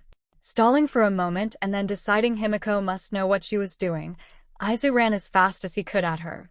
His fist pulled back, poised to strike. Just as he reached 𝗵𝗃, who had stood still the entire time, his feet were swept out from under him, and 𝗵𝗃 suddenly sat on his chest, one finger on his neck. "You're dead," she cheerfully smiled down at the dumbstruck boy. "Huh? You're dead," she answered again as if it was common sense. "So, what did you do wrong?" Izuku looked very dejected from his position beneath her. "I guess I just ran at you like an idiot, showing I was coming for a punch." "Yep. But you also didn't expect me to do anything at all while you were. You see why that's dumb, right?" "Why yeah, it's not like an opponent is gonna stand still while I attack Izuku's side." Ding. Ding. Ding. "You got it, so make sure you don't show what your next move is until it's necessary for a fight. So don't just think a person will stand there while you wail on them." Izuku tried sitting up but realized 𝗵𝗃 was still grinning down at him from her position on his chest. "Are you gonna get off?" he asked very nervously. I wonder," she answered, resting a bit more of her weight on him. "Hime-chan," he whined, looking very frustrated. "Fine. Fine," she answered, standing up and stepping away from him quickly, her eyes never leaving him as she did. After all, she'd be a pretty bad teacher if she fell for a sneak attack. "So what's your strategy now that you know I can lay you out quickly?" she asked, not gloating, but genuinely curious about his answer. "Well, I don't have any fighting experience, but you look like you've practiced that move a lot. You didn't take my legs out until the last possible second, and that looked reflexive too, so there's no way I can beat your speed." 𝗵𝗃's wide, toothy grin nearly split her face as Izuku studied her. The look in his eyes was that of an opponent, and no longer someone worried for her safety. "Ugh. If you look at me like that, Izu, I might get too excited and cut you," she shuddered, hand trying to twitch for the knife in her pocket. This time Izu's approach was slow and methodical, the walk of someone analyzing their prey. Another shudder went up 𝗵𝗃's spine as her blush spread across her face. "I really want to cut you right now, Izu." In an instant of decision, Izu rushed toward 𝗵𝗃, his fist cocked back again for another obvious punch. 𝗵𝗃 rolled her eyes, seeing she'd have to beat a few habits out of Izu. Her leg swept at his legs again, but surprisingly this time her leg met the immovable, stiff left leg of Izu. He'd telegraphed the punch again to get the same response out of her, and then used his superior muscles to take the full brunt of her leg sweep with only one of his legs. Now his readied punch was coming down toward her face. 𝗵𝗃's smile nearly split her face as the fist approached, and then was quickly redirected with her lightning-quick hands to pass her. Following up on the deflection, she gripped Izu's wrist in a vice, yanking his arm behind his back, and shoving him to the ground. She was back on top of him, this time straddling his back. 𝗵𝗃 panted heavily, not from exertion, but from restraining her growing need to stab Izu and see him covered in blood. She could see his sweat-covered neck from his position underneath her, his exposed skin making her pant more heavily. Her hand restraining his arm gently released the appendage and snaked up to gently caress his cheek. "Sorry, Izu. This is your fault, you got me all excited." 𝗵𝗃's head lowered gingerly toward his neck, her lips parting as her fangs made contact with his skin. "At least turn me around." His request made 𝗵𝗃 pause for a moment, not knowing where it had come from, but she obliged his request, letting him roll to his back so he could gaze up at her. Izu's wide, sparkling eyes sent jolts up her spine. The heavy puff of his breath made her chest heave faster than it had been. She lowered herself again, teeth sinking into Izu's skin. The familiar sweet tang of his blood filled her mouth, making her moan in ecstasy. Her eyes glowed in the dark, bright and wide with animalistic hunger. Then Izu's hand brushed over her head, rubbing in fondness and not a vain struggle to escape. Her wide, hungry eyes slowly drooped, and the feral nature of the act changed to an affectionate need to have Izu as close to her as she could. 𝗵𝗃 pulled away from his neck, her eyes slightly watery as she looked down at him. "Sorry," she whispered. Izuku's soft smile seemed to make her even more guilty about her assault, but before she could escape, he grabbed her by the arms and brought her back down. Her head now rested against his chest. "I meant what I said. Whenever you want blood, I'm here." His hands combed through 𝗵𝗃's hair. He could feel her soft shudders racking her body as she wept into his chest. "I'm sorry." Just calm down." Minutes of silence passed as the pair just lay on the beach, neither caring very much that their clothes were getting sandy. "You ready to start again?" Izuku whispered into the girl's hair. A hesitant nod met his question as she pushed herself up and off of him. "Do you know why your sneak attack didn't work even though you caught me by surprise?" she asked, wiping her eyes with the sleeves of her sweater, smudging her mascara even further than it usually was. Izuku thought about it for a moment, only able to come up with a few explanations. Either it's a matter of an experience difference, your quirk somehow heightening your reflexes, or a bit of both. "That's right." Himiko beamed, her tear tracks forgotten. Under her approval of Izuku, "My quirk gives me already really good reflexes, but I've also been in a good amount of fights, so the experience is a big part too." Izuku frowned, wanting to ask about these fights she was talking about, but he didn't think she would be quite ready to talk about it. "How do you think you could make up for the difference in experience?" "Most people would probably rely on a quirk for that," Izuku figured, tapping his head on thought, "but I can't do that. Maybe a weapon? That is a pretty good way to bridge some gaps in experience, but if you don't have experience with a weapon you try to use, it'll only hinder you if you're bad enough with it. Of course, some weapons don't require too much skill when it comes to using them, for instance, a gun. Just point, shoot, and kill." At that, she mimed the actions of using a gun, but if you picked up something like a bat, having no idea how to use it, you might overextend and put yourself in a worse position than you were in without it. Izuku stared at the girl. She had gone on a tangent almost as long as his own when it came to hero analysis. "You like fighting a lot, don't you?" "Nah, I just like seeing blood, and fighting is usually the fastest way to see it. At least when I don't have a handy-dandy Aizu lying around." She winked at him. That worried Izuku even more. He was sure she wouldn't appreciate it, but he was very worried for her. "So you've got to decide right here if you want to fight barehanded or use a weapon." This drew Izuku's attention. Now that he thought about it, he hadn't considered how he'd fight beyond just trying to emulate All Might. "I thought I'd use my hands." Himiko tapped her chin, looking him over. "Let me see your arms." Frowning, Izuku held out his arms in confusion. Himiko shook her head. "No, I mean let me see them without anything in the way."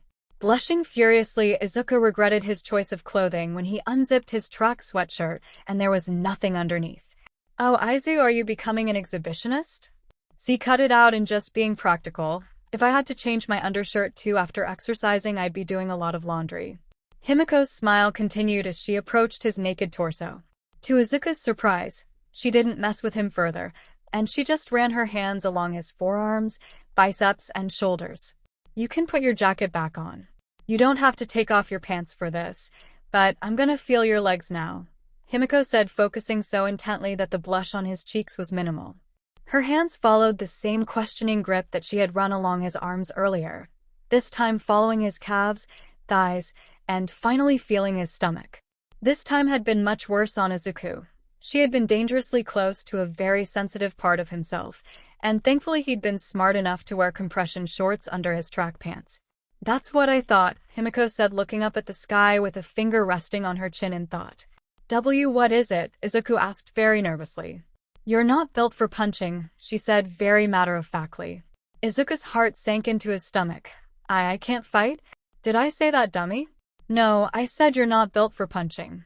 You're small like me, and most people like us usually settle for using weapons, but people don't think about other options." "Like what?" Izuku asked, confused. If he wasn't using a weapon instead of his hands, what was he doing? Himiko pointed down. "Your legs, dummy. I swear sometimes you miss the most obvious stuff. Your legs are way more powerful than your arms, so you should focus on trying to get speed along with your strength." "How do I do that?" Himiko shrugged. "Do more leg exercises than arms for the next month. I doubt you'll catch up to all the effort you put into your arms, but you've already built up the muscle in your legs. So now you've just got to practice repetitive kicks, lunges, and jumps." Izuku looked down to the sand, very dejected. "I wanted to punch like All Might, though." A flick on his forehead made him wince. "You don't have a quirk like All Might, dummy. That'd be a waste of your training. You've got to accept you're not All Might and do your own thing. After all, it's you saving people and beating bad guys up when you become a hero, not All Might." Izuku smiled at Himiko, nodding. "All right, thanks. What should I do now?" Himiko looked around for a second before seeing something that made her smile evilly. Pointing with a finger at a refrigerator slightly similar to the one All Might had flattened months ago, she smirked. "Kick that for an hour, every day at the beginning and end of your workouts.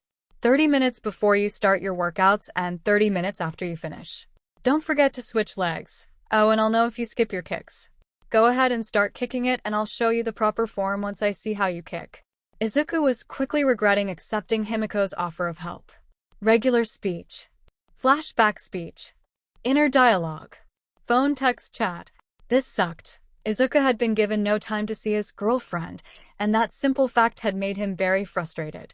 Sure, he had just seen Himiko the day before, but he was expected to finish cleaning his section of the beach today, and he wanted to excite All Might by showing his progress. Not with just a section of the beach, but with the entirety of the sparkling sands being spotless. If this had been all Izuku would need to do, he would have been able to see Himiko after his training for the day was over, but he had to leave for the UA exam in a little under 5 hours from now. Move. Move. Move. Izuku yelled to himself as he lifted garbage that not even a few months ago would have been completely impossible for him to even move an inch. Izuku could feel his poor muscles screaming in pain at the extremely cold air of morning February. The sensation drove him crazy as his sweat both left a small haze of heat around him and began to turn cold as the longer droplets lingered. He tried putting on his track sweatshirt, but every time he did, the bulkiness of the cloth made him feel uncomfortable as it chafed his neck and arms. Doing this had been so much easier in the summer months when all he needed was a shirt and shorts. The steady progress he made when moving the garbage ensured he had gotten done on time, and ended with the most agonizing ache he had during this entire 10 months of training. As he stood on the scraped truck All Might had tried having him move just 4 months ago, without success, he could see the sprawling clean sands of the beach he had worked so hard in. The piles of garbage around him were all packed away either in garbage bags or organized in easy-to-throw-away columns that all stood taller than he was. The sight sent a jolt of satisfaction up his aching back, and for a moment all he could do was stare. And then for some reason he was yelling, whether in agony at his sore body or the primal sense of accomplishment, he just didn't know. He just knew that he was yelling, and it was all he needed at this moment. That was until his yell petered out, sending him falling face first to land on the now clean beach below him. Guess I'll die after all, he thought, way too tired to try and flail. You did good, young man, said the familiar voice of All Might, who had thankfully saved Izuku from his fall. Oh, hey, All Might, Izuku croaked very tiredly. When'd you get here? You serious? I was talking right next to you when you were up there screaming your head off. Oh, really? Sorry. I guess I couldn't hear you, Izuku sighed, trying not to just fall asleep in All Might's very warm hands. To Izuku's annoyance, All Might set him down on shaky feet, standing tall over Izuku and surveying Izuku's work. You've done great, young Midoriya. You've done better than great. I want to show you something. All Might pulled his phone out of the pockets of the jeans he wore, unlocking the screen and scrolling to something. When he finally showed Izuku what he saw was a picture of himself, barely a few weeks into the training, crying on the ground. What am I looking at? What you ask? This was you not even 10 months ago, and look at you now. All Might's hands gestured grandly toward Izuku, who stood shirtless in the cold February air. Now that Izuku thought about it, the muscle Himiko had complained about 4 months ago was now even more defined. His torso was completely unrecognizable from what it must have looked like almost a year ago today. You've worked hard, heck, even harder than what I expected from you, and you've come out of your crucible stronger than when you entered. Now I can say with certainty that you are worthy, Izuku Midoriya. All Might plucked a hair from his mane, giving it an odd look. So, tell me, are you prepared to inherit my power? Yes, Izuku nodded, his resolve only strengthened by All Might's praise of his hard work. Good. Not even a moment's hesitation. This is the moment you'll grab your destiny. All Might waved his strand of hair as if saying this was his threat of fate. Eat this. Huh? Izuku asked, very dead-eyed and disbelieving at what All Might had said. Come on, kid. You've got to ingest a bit of my DNA for my quirk to pass on to you. We don't have time, the entrance exam is a meager hour away, so eat. Eat. Yeah, what? Owiwa. Izuku's scared scream echoed off the wall of trash above the pair. So nasty, Izuku shuddered, his hand clamped firmly around his mouth, remembering how All Might's hair had stuck in his throat for almost a full minute before finally going down. The testing hall for UA loomed over Izuku, massive in its size, but he figured it would need to be. After all, people from all over the country came here every year just to get a shot at UA. Out of my way, you fucking nerd. Kaken's rough glare barely fazed Izuku at this point, After all, that look was nothing compared to Himiko's demonic training. Between All Might and Himiko, I'm surprised I'm even alive, Izuku thought, crouching down, acting like he was tying his shoes. But in reality, he was rubbing his poor shins at the memory of all those kicks he'd had to repeat. If he wasn't ready for this exam with All Might's strength training and quirk under his belt, then he thought about all the practical combat training Himiko gave him at least once every week for the past month. I can do this, I didn't work that hard and train half to death for nothing. So, feeling very confident, Izuku took his first step toward realizing his dream, and he promptly fell face first, tripping on his own feet. Or I guess I'll just die. Thankfully he didn't die, but a weightless sensation went through his body, arresting his downward momentum. Sorry, a girl with round pink cheeks said, smiling at him. She quickly reoriented Izuku, setting him on his feet, and then she released her quirk. I kinda used my quirk on you without asking, but I figured it'd be bad luck if you fell right before the test. Her bubbly smile reminded Izuku a lot of Himiko, and she seemed to have the odd rambling quality his girlfriend often had when she was flustered. Somehow, though, she didn't quite stack up to Himiko's cute blushing face and toothy grin. Anyway, good luck on the test, and watch where you're walking next time. The girl waved at him, smiling. Sure thanks, Izuku said absently, not sure the girl had even heard him. Well, I guess I'm not the only one who's nervous, Izuku sighed, watching where he put his feet for once. Detective 𝗧𝗏𝗄𝐻 was thoroughly stumped. Close to a year ago, a string of similar attacks had happened to leave each victim heavily wounded. This case seemed to be no different. A house filled with bloody splatters, a pair of dismembered bodies, and a girl tied up bleeding left for the police to find. The strange thing was, the girl they'd found tied up was the same girl investigating officers had seen fleeing the scene. To any normal cop, it might have been cut and dry. The imposter running was the murder culprit, and this girl had been framed. But 𝗧𝗏𝗄𝐻 knew all too well, because of his quirk, that things weren't as they appeared. At the scene, there were telltale marks that another fight had broken out, not between the daughter and parents, but between the daughter and someone else. When 𝗧𝗏𝗄𝐻 had asked the daughter, she had sworn up and down she didn't kill her parents. She claimed it had been another girl who had assaulted her, killed her parents, and after subduing her had been living in her house. Of course, 𝗧𝗏𝗄𝐻 knew that was a lie, not the part about the other girl assaulting her that was true, but 𝗧𝗏𝗄𝐻's quirk was lie detection. And this girl was lying when she said she wasn't the one to kill her parents, but the other girl. This whole thing just got more and more complicated as it went on, but the first thing 𝗧𝗏𝗄𝐻 had to do was establish a reason for the girl killing her parents. Then he would need to look into this mysterious other girl, who'd attacked his current murder suspect. The wounds the girl had on her body were very similar to a string of stabbings that had been steadily making their way down into Mustafa City. Each victim shared one thing in common, however. They were in some form or another a criminal. The first victim had been found in January of last year, and while he'd said he wasn't doing anything wrong, the girl that came forward a few weeks later painted a different picture. She'd said she had been walking home from school that day, and the alleged victim had taken her into a side alley to do only God knew what. Then a blonde girl had come from nowhere and stabbed the guy 3 times before running away. The second victim had been a petty mugger. He'd just snatched a woman's purse and taken a detour down an alleyway when, you guessed it, he was stabbed. The purse had also been returned minus a couple of bills, however. This pattern continued until the victims became more and more dangerous, now leading to the girl sitting in front of 𝗧𝗏𝗄𝐻. Naomi Tanaka, right? 𝗧𝗏𝗄𝐻 asked the girl. Why, yes, sir. If you don't mind humoring me for a moment, I'd like to do a little test. The detective said, having something in mind just to make sure his quirk wasn't being inaccurate. I'm going to ask you a few insignificant questions and you'll answer all but one of them truthfully. Got it. The girl looked at him very confused before she nodded. Yes, sir. You currently attend Mustafa High, is that correct? Yes, sir. Your parents are Daisuke and Michiko Tanaka, correct? Yes, sir. And your favorite color is green, correct? Yes. Naomi froze for a second, confused. Wait, no, my favorite color is purple. 𝗧𝗏𝗄𝐻 smiled to himself. It was a cheap trick, but it usually worked on nervous suspects, and even more so when they were as young as this girl. He'd simply been asking her question all afternoon, whose simple answer would be yes. Then he'd thrown her a random question that held no real significance, other than helping confirm his quirk was indeed working. Her favorite color was not green but purple. Of course, that meant when she said the girl who had assaulted her had killed her parents, she had been lying. The use of his quirk for evidence would not be admissible in court, but it gave them a solid basis to form the investigation on. This girl was the murderer, and our stabbing vigilante had most likely either witnessed the murder or walked in on it. So their top priority at this point was to find the girl who had assaulted Naomi.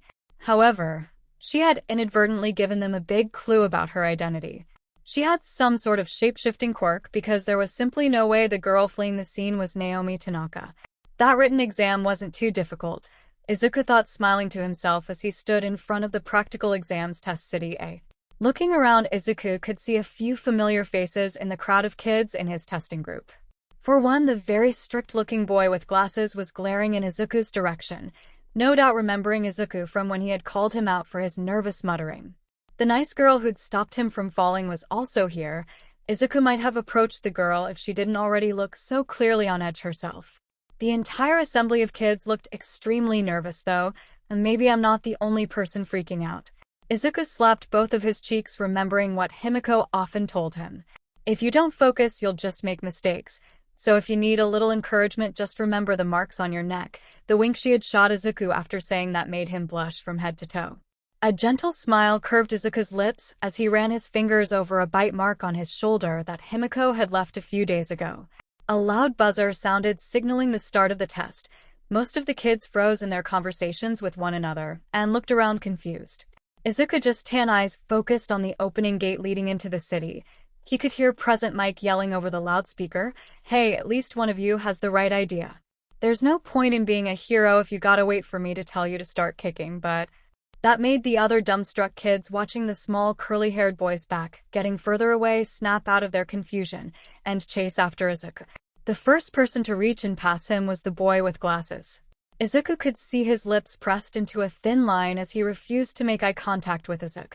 I wonder what that was about. Izuku frowned, shaking his head, then focusing on his sprint. Very thankful Himiko had made him begin building up his speed. A few other examinees were close behind Izuku, but none could catch up to him before Izuku caught sight of a robot the size of a car. It was built very strangely, walking on all fours and sporting a scorpion-like tail. Izuku grabbed his neck, thumbing the teeth marks Himiko had left. I can't hesitate now. Tensing his legs for a fast upward lunge, Izuku was very surprised when he cleared the robot's legs, landing but first on its back. Holy whoa. I knew I could jump high, but I haven't ever really paid attention. Izuku stood shakily on his feet as the robot tried in vain to shake him off. I need to look for a weak point. Izuku looked around at the robot's body, quickly noting the joint on the tail loosely connected and the delicate-looking head casing to hold the cameras used for the eyes. Izuku quickly grabbed hold of the stinger, bracing his foot against the base of the tail, and yanked with all his might. The satisfying sound of metal and wires tearing made him grin. Hoisting the tail over his head, Izuku brought it down on the robot's head, destroying the delicate casing. He couldn't stop now. Even if he destroyed it, he'd wasted too much time on this one robot. Looking down at the large stinger in both his hands, Izuku found an odd mechanism near the tip he was sure he knew the function of. Gotta make this easier to carry. Izuku studied the sections of the tail for a moment, noting that each section had a power cell, so if I do this, it should still work. Izuku quickly smashed the longer sections of the tail, and he kept only the stinger along with the joint directly below it. He quickly ran from the destroyed robot, catching sight of 3 more robots lined up. Perfect. Izuku grinned, pointing the stinger perfectly vertical to the line the robots had inadvertently made. Izuku flipped the mechanism near the stinger, and a concentrated beam shot from the stinger, shooting through the heads of 2 of the robots. The final robot had taken the dull blast quite well, only losing a few legs, but Izuku wasn't about to let it get away. He quickly jumped over the rubble of the 2 robots he destroyed and brought the stinger viciously down on the robot's head. That's 4. Not bad, but I've only got 9 points. I destroyed that 2-pointer at the start, then another one with the blast. The one behind that one was 1 point. Then this last one was a 3-pointer. Izuku stepped down from the 3-pointer scrap pile and looked at his improvised laser. The thing was all but out of juice with that intense blast he'd used, and then he'd finished it when sinking it into the head of the 3-pointer. So he dropped the useless weapon and turned. A metal arm nearly took Izuku's head off in surprise, but thankfully Himiko's constant sneak attacks helped improve his reaction time. He still took a cut to the side of his cheek, but as he twisted away from the robot, he brought his leg around and smashed his shin into his attacker's head casing. It promptly shattered under the force. Izuku winced, not in pain, but at how powerful his kicks were. He knew he'd gotten a lot better at the leg attacks, and sure he'd been kicking super hard stuff. But this was ridiculous. That barely even hurt.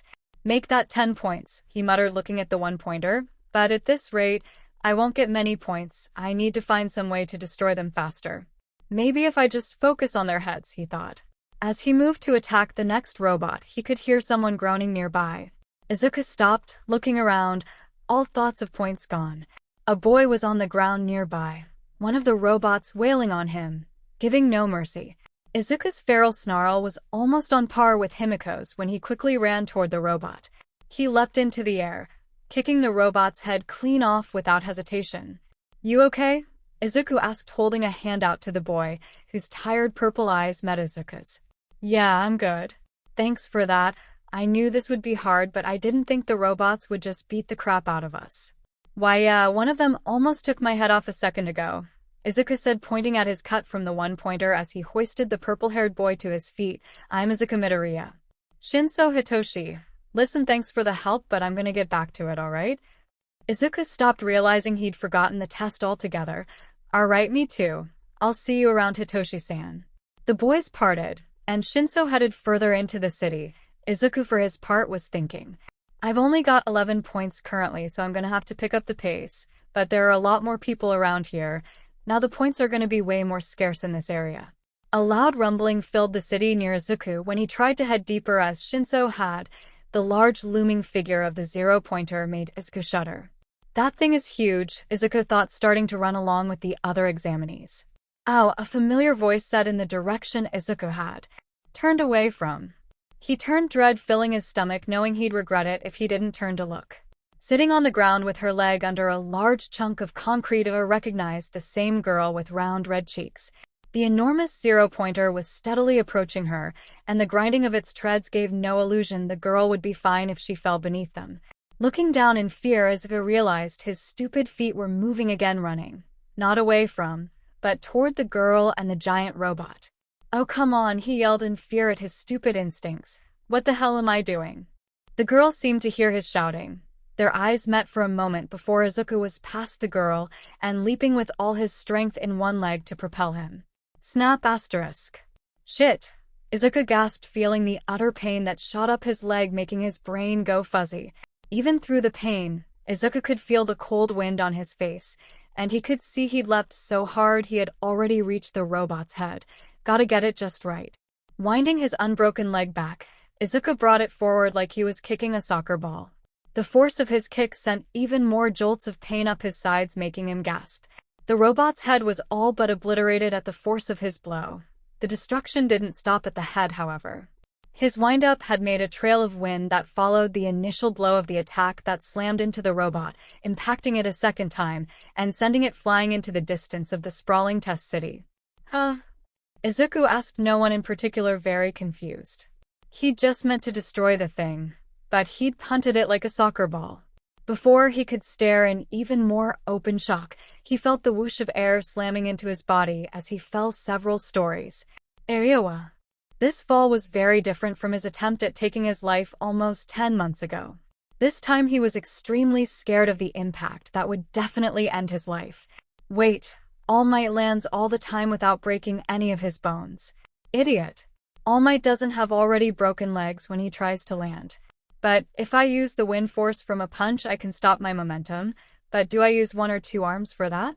The force of one kick was this destructive, so a punch should be powerful but not anywhere near the earlier blast. Izuku cocked back his fist, ready to sacrifice another arm for the meager chance he could survive this fall.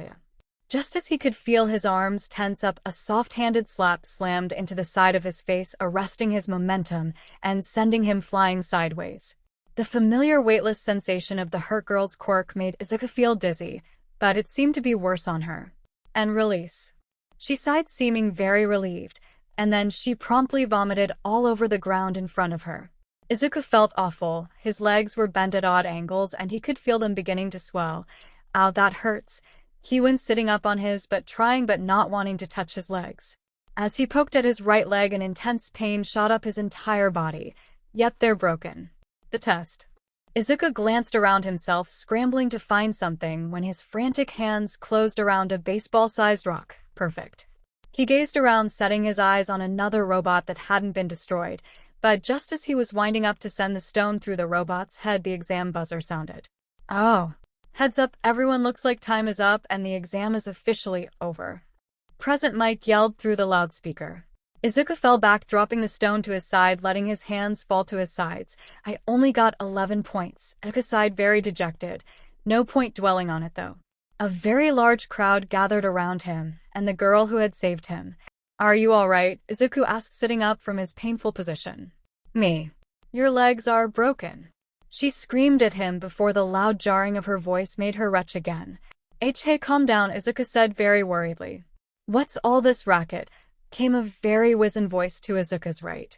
A very small old woman was pushing her way through the crowd of kids, making her way over to Izuku. Whoa. Your recovery girl, Izuku yelled, very starstruck. I saw you when you were volunteering at the same hospital I went to as a kid. A soft yet firm rap of her cane on Izuku's head made him shut up instantly. Stop yelling, boy. Your legs are broken enough as it is without all your fidgeting. Oh, sorry. Izuku sat quietly, very ashamed of himself, but not so much as when her lips pressed against the side of his head, making a wet smooching sound. Before he could recoil in utter embarrassment, he could hear loud creaking, snapping, and popping noises that made him cringe. But in a matter of moments, his legs had straightened and fixed themselves. Izuku poked at his legs, feeling no more pain, so bracing himself, he stood on shaky legs. Oh, you can already stand? You've got some good legs on you, huh? Recovery girl remarked, whopping the backs of his knees with her cane. Why, yes, ma'am. I did a lot of strength training, but I focused the last month on reinforcing my legs. Well, at least you put some thought into it and didn't just come here trying to take the test easily. As Recovery Girl made her rounds healing participants who needed it, Izuku was making his way to the exit, not wanting to waste any time getting home. After all, Himiko was waiting with his mom in the apartment. I don't think I did too bad, all things considered. I still managed to get 11 points. But I don't know how that score is going to compare to the other people's. Himiko and his mom were listening to him as he explained how his exam had gone. At the mention of almost getting a concussion from one of the robots, his mom was all but in tears, and Himiko was slapping his back playfully. I'm glad my combat lessons helped you not die. She squealed, making his mom's sobs intensify at the mention of Izuku dying. Izuku stumbled over his words, not knowing who to respond to first. Toga-chan, you know how sensitive mom is. As her crying subsided, his mom smiled widely at the pair. You two should head into the living room and talk. I've got to get dinner ready to celebrate Izuku finishing his test. Okay. Alright. Say, Aizu? Now that you're done with the UA entrance exam, you've got a lot more free time, right? Well, yeah. Why? Let's go on a date. Huh? Izuku's heart leapt into his throat. Sure, they'd said that they were dating, and they'd done some intense things. But a proper date? Neither of them had outright said they were on a date before. ARUSS sure? WWEV, been doing stuff like that already, and I know we're BB boyfriend and GG girlfriend, but dash. A rough, toothy kiss met Izuku's lips, cutting his stuttering off and sending jolts up his spine. For a moment he froze, but then he wrapped the smaller girl in his arms, giving her a tight hug and returning the kiss. Just not as roughly as Himiko had. All right, did you have something in mind? He asked as Himiko broke off the kiss, plopping down on the couch. I want to go watch a movie.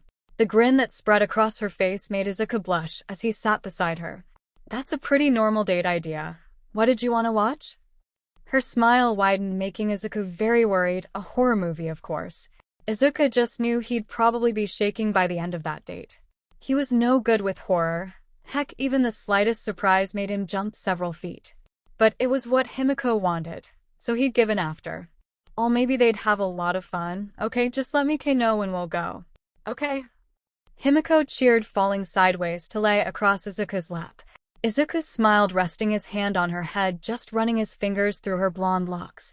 A gentle smile on his face. Regular speech. Flashback speech. Inner dialogue. Phone text chat. A large bloody knife tore through the air, splitting flesh and sending red spurts of blood spraying in all directions. The assailant's face was grinning madly, white teeth splattered red. Izuku screamed unabashedly as the person tumbled to the ground, fatally wounded. 𝐬𝐳 softly whispered to the boy, drawing his attention from the horrifying images on the screen. Her cheeks puffed up in annoyance, making him blush. I'm the one that's supposed to be scared. Sorry.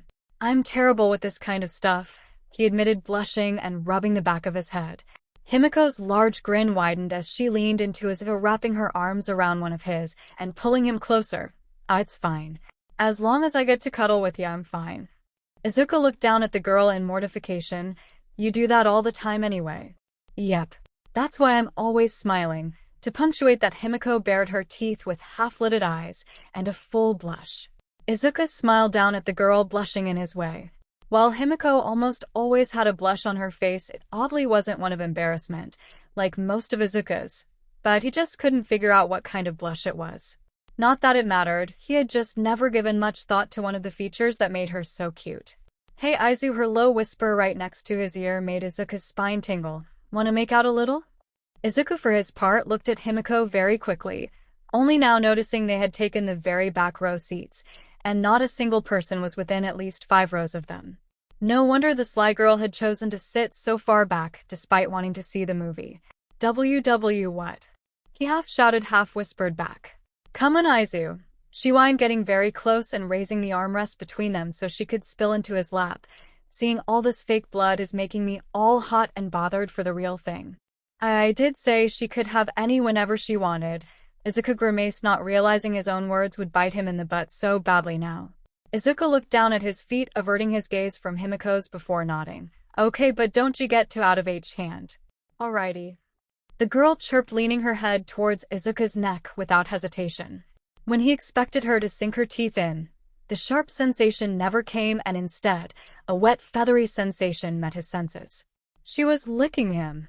I can't take biting in a place like this, but licking? The skin broke out into goosebumps wherever her tongue made contact, her left hand slowly stroking his stomach and the other on his thigh, rubbing him hardly helped. 𝗵𝗃. Izuku panted as his hand went to stroke the girl's hair, and the other to grip her hip, which had started grinding into him. As she said his nickname, he could swear there were hearts in her eyes. You said my first name. If Izuku was flustered before, it was nothing compared to the feeling of 𝗵𝗃's soft lips meeting his skin and her fangs sinking into his shoulder. He didn't exactly know when, but his body had started responding to the girl's bites in a very embarrassing way. His now tight pants were very uncomfortable with 𝗵𝗃 basically in his lap. Don't think about one for all going down there. Don't think about one for all going down there. Don't think about one for all going down there. He chanted in his head, trying not to sully the power All Might had given him. The thought of breaking his little buddy didn't help his nerves. 𝗵𝗃 paused as her hand on his thigh rose to touch the very center of his frantic attention, and this time her face broke into a blush he knew was one of embarrassment. Izu, she whispered very seductively. The wide grin on her face was wiped away with a lust-filled bite of her bottom lip. Oh crap. Oh crap. All of his self-restraint went right out the window as he pulled 𝗵𝗃 to himself, slipping his tongue into her mouth. 𝗵𝗃 was normally the one to initiate most kisses, and all of the ones with tongue. But Izuku couldn't help himself this time. Her face had just been way too cute. The tongue war they usually had was non-existent as Izuku had free rein in the girl's mouth. He didn't waste this opportunity and explored every centimeter with gusto. Izuku couldn't help but note every tiny detail about her mouth. From her small pink lips, the fangs that grazed against his tongue, her tongue lazily twisting around his own. It was so maddening for him how great this felt. Issue. 𝗵𝗃 slurred, her legs trembling beneath him. 𝗵𝗃. His assault on the girl's mouth was put on hold as he moved his lips to her neck, wanting to return the favor from earlier. Her soft, sweet skin was amazing to run his tongue along.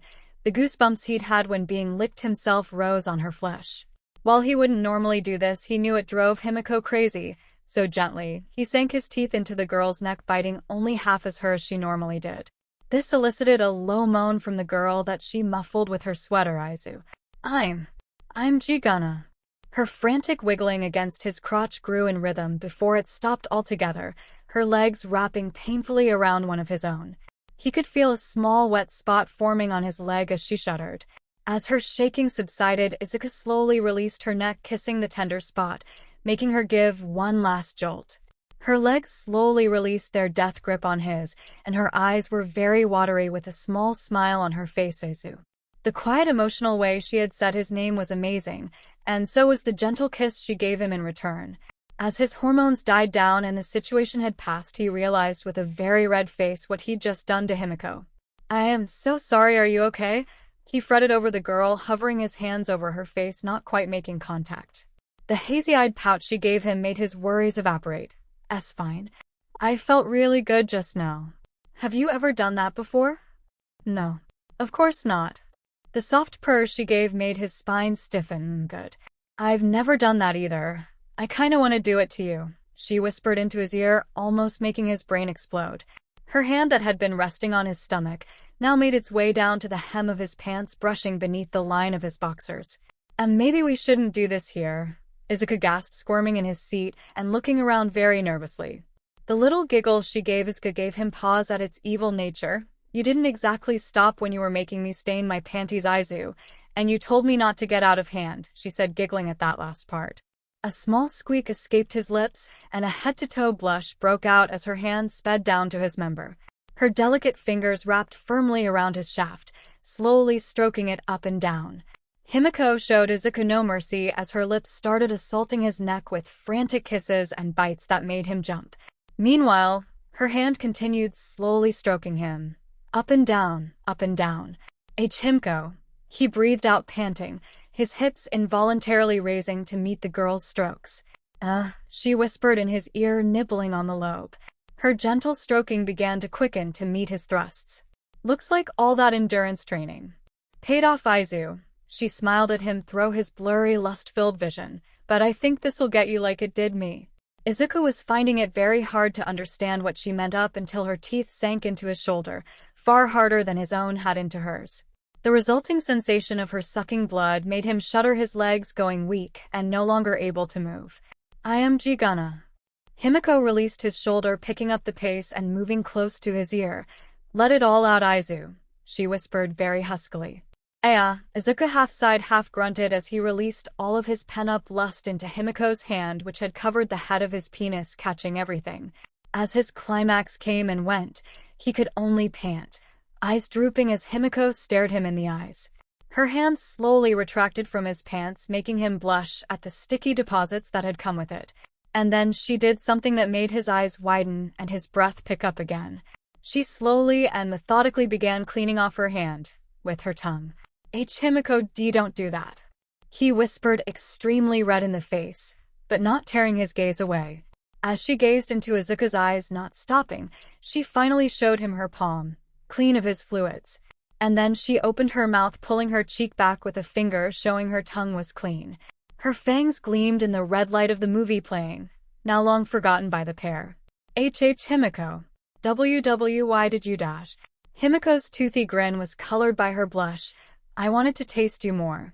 So I did. You want to get out of here? This got a little boring compared to our fun." Sure, Izuku smiled when the girl took his hands, leading him quickly out of the nearly empty movie theater. The pair quickly ran down the street, making a straight line for Izuku's house. The sun had set hours ago, and their hurried pace narrowed their situational awareness. So much so that Himiko barely had time to step to the side, causing the small white body she'd noticed to slam headfirst into Izuku's crotch, making him double over in pain. What the heck? Izuku wheezed, looking at the source of his testicular assault.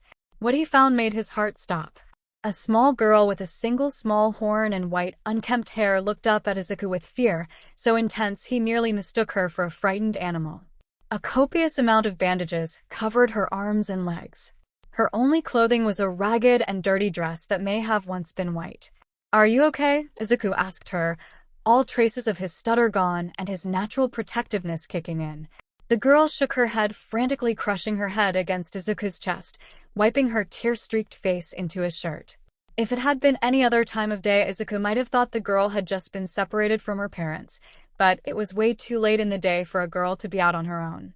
Any parent wouldn't have let her run off into the night. "Eri," A gruff, annoyed voice said, emerging from the shadows of an alleyway. "What are you doing? Stop bothering those kids. Can't you see they're on a date?" The little girl's body tensed under Izuku's loose hug, making him start to sweat very heavily. "Sorry, she seems to be a little scared." Izuku smiled nervously at the man, about to gauge his reaction. "Is she your daughter?" Now that he had caught a good look at the guy, he could see he was a towering, muscular man with a clean-shaven head. The man's hesitation before speaking said more than words ever could. "Why, yeah, we were playing a game and she ran off without me. Come back over here, Eri." A small whisper met Izuku's ear, and he strained to hear the girl's small words. "He's not my daddy." The voice the small girl let out was trembling and filled with fear. Izuku froze, trying not to snarl, in fear of scaring the girl. "She's not going anywhere." The murderous look Himiko sent the man made him back up for a moment before he smirked at the pair stepping back toward them. "I don't know what you kids think you're doing, but I'm gonna beat the shit out of your boyfriend, then have some fun with you when I'm done." The bald man began unbuttoning his shirt, shining crystals sprouting from his skin and forming makeshift armor on his arms, back and head. "The fuck you are!" Izuku's uncharacteristic shout made Himiko's eyes turn to him. "Himiko, watch this little girl." Himiko sent him a frown of worry. "Izu, what are you gonna do?" "You don't have a quirk," she said, very worried, but smart enough to keep her voice down so the bald man couldn't hear her. "Don't worry.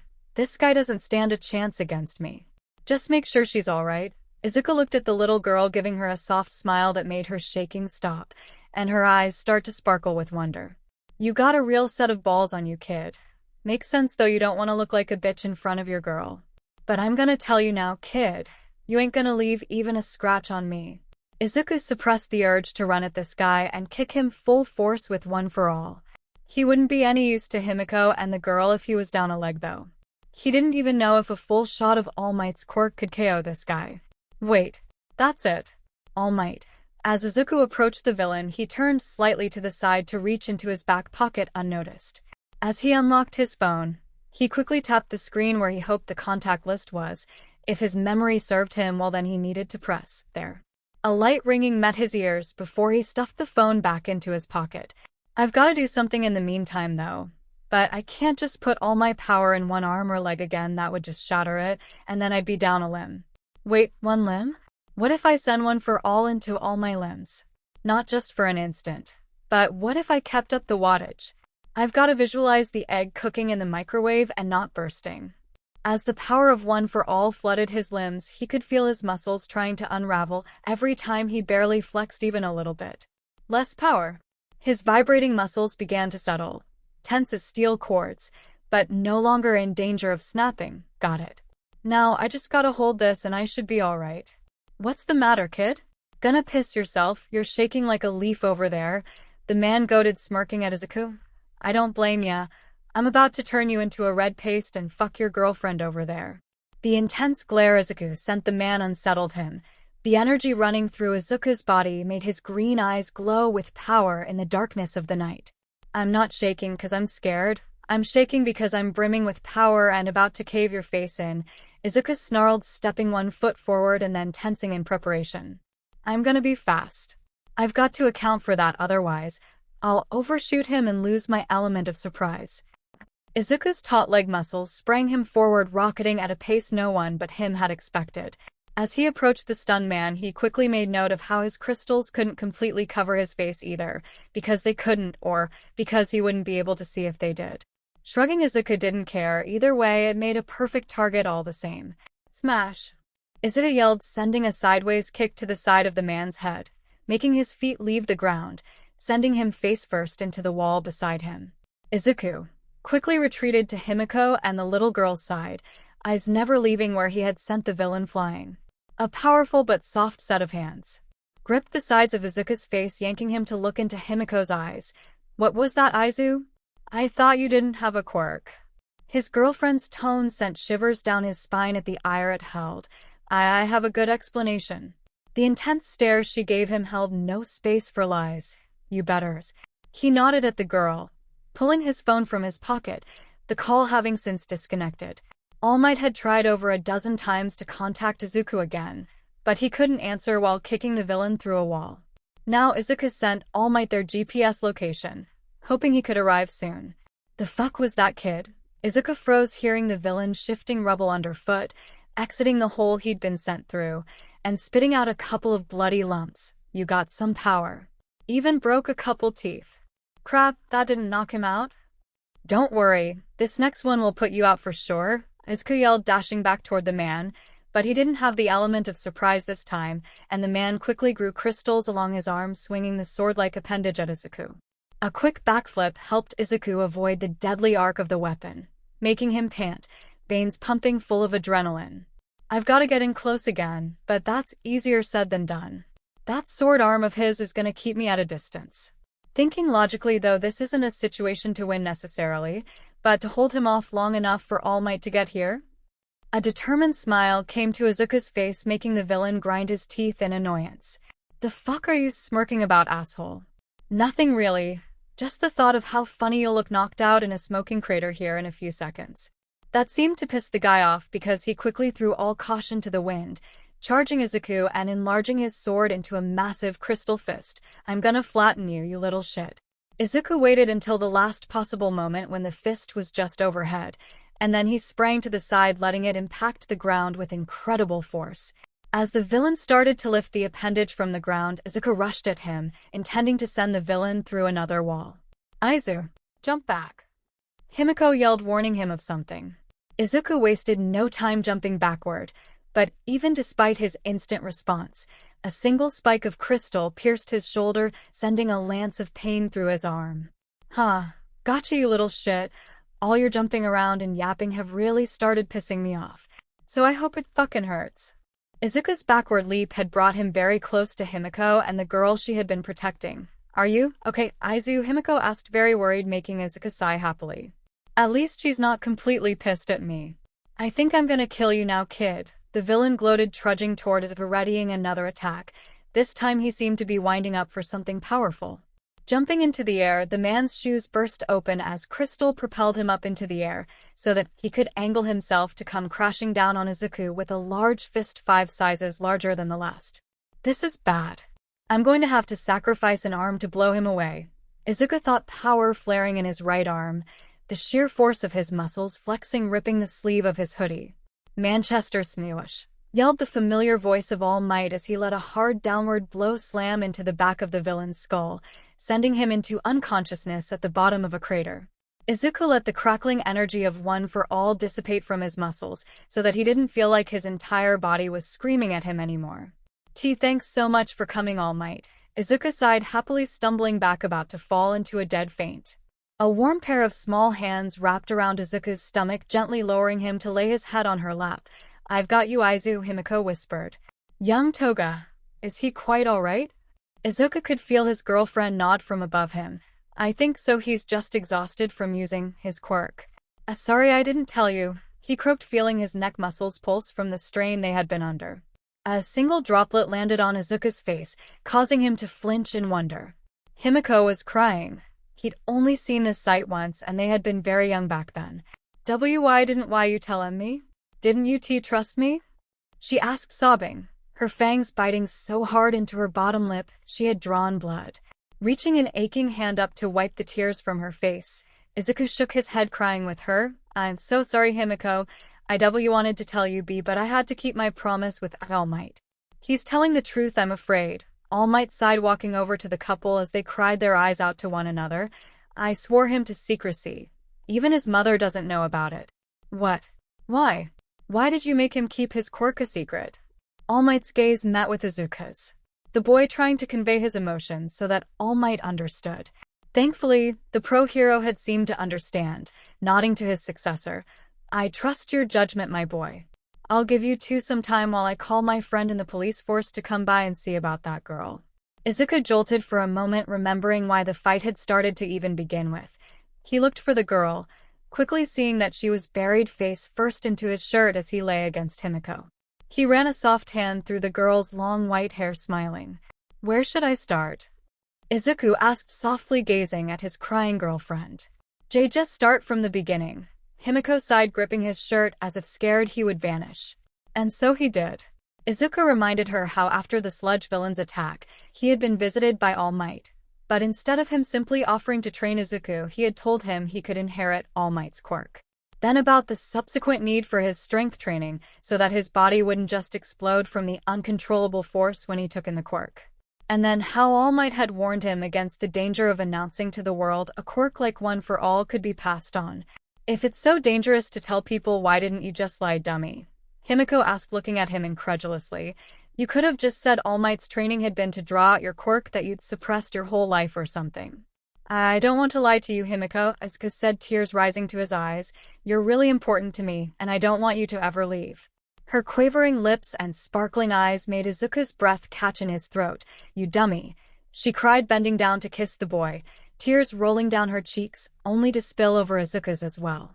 Once she pulled away from him, Izuku looked up at the girl, her fangs peeking out from her soft lips. I love you. Izuku sighed, running his thumb along her cheek. 𝗬𝗲, the girl squeaked, very shocked by Izuku's deceleration. I said I love you, 𝗧𝗵𝗃. Izuku shouted, even more conviction in his eyes than before. You dummy. 𝗵𝗃 shouted, lightly rapping her knuckles across Izuku's head in embarrassment. But then she let her hands rest on either side of his face, stroking the freckled flesh. I love you too. The kiss they shared after admitting that simple fact to one another had felt simply amazing at that moment. And then All Might coughed, startling the two. I hate to interrupt, but we've got to meet 𝗧𝗵𝗲 at your apartment, young Midoriya. The police are waiting there, and I think we'd better get going while this guy's still unconscious, so I can carry him. Alright. Izuku stuttered, his face going red at the thought All Might had heard his declaration of love to 𝗵𝗃. The little girl sleeping on his chest never stirred as he stood to his feet, carrying her back to the apartment. Regular speech. Flashback speech. Inner dialogue. Phone text chat. The symbol of peace watched as the crystal villain he'd captured sat in an interrogation room. He'd been in there for almost 10 hours now and hadn't said a single word to anyone. The girl his protege had saved was currently asleep in his lap, holding onto his shirt for dear life. Next to him was Himiko Toga, her head leaning against the boy's shoulder and an arm stroking the little girl's hair.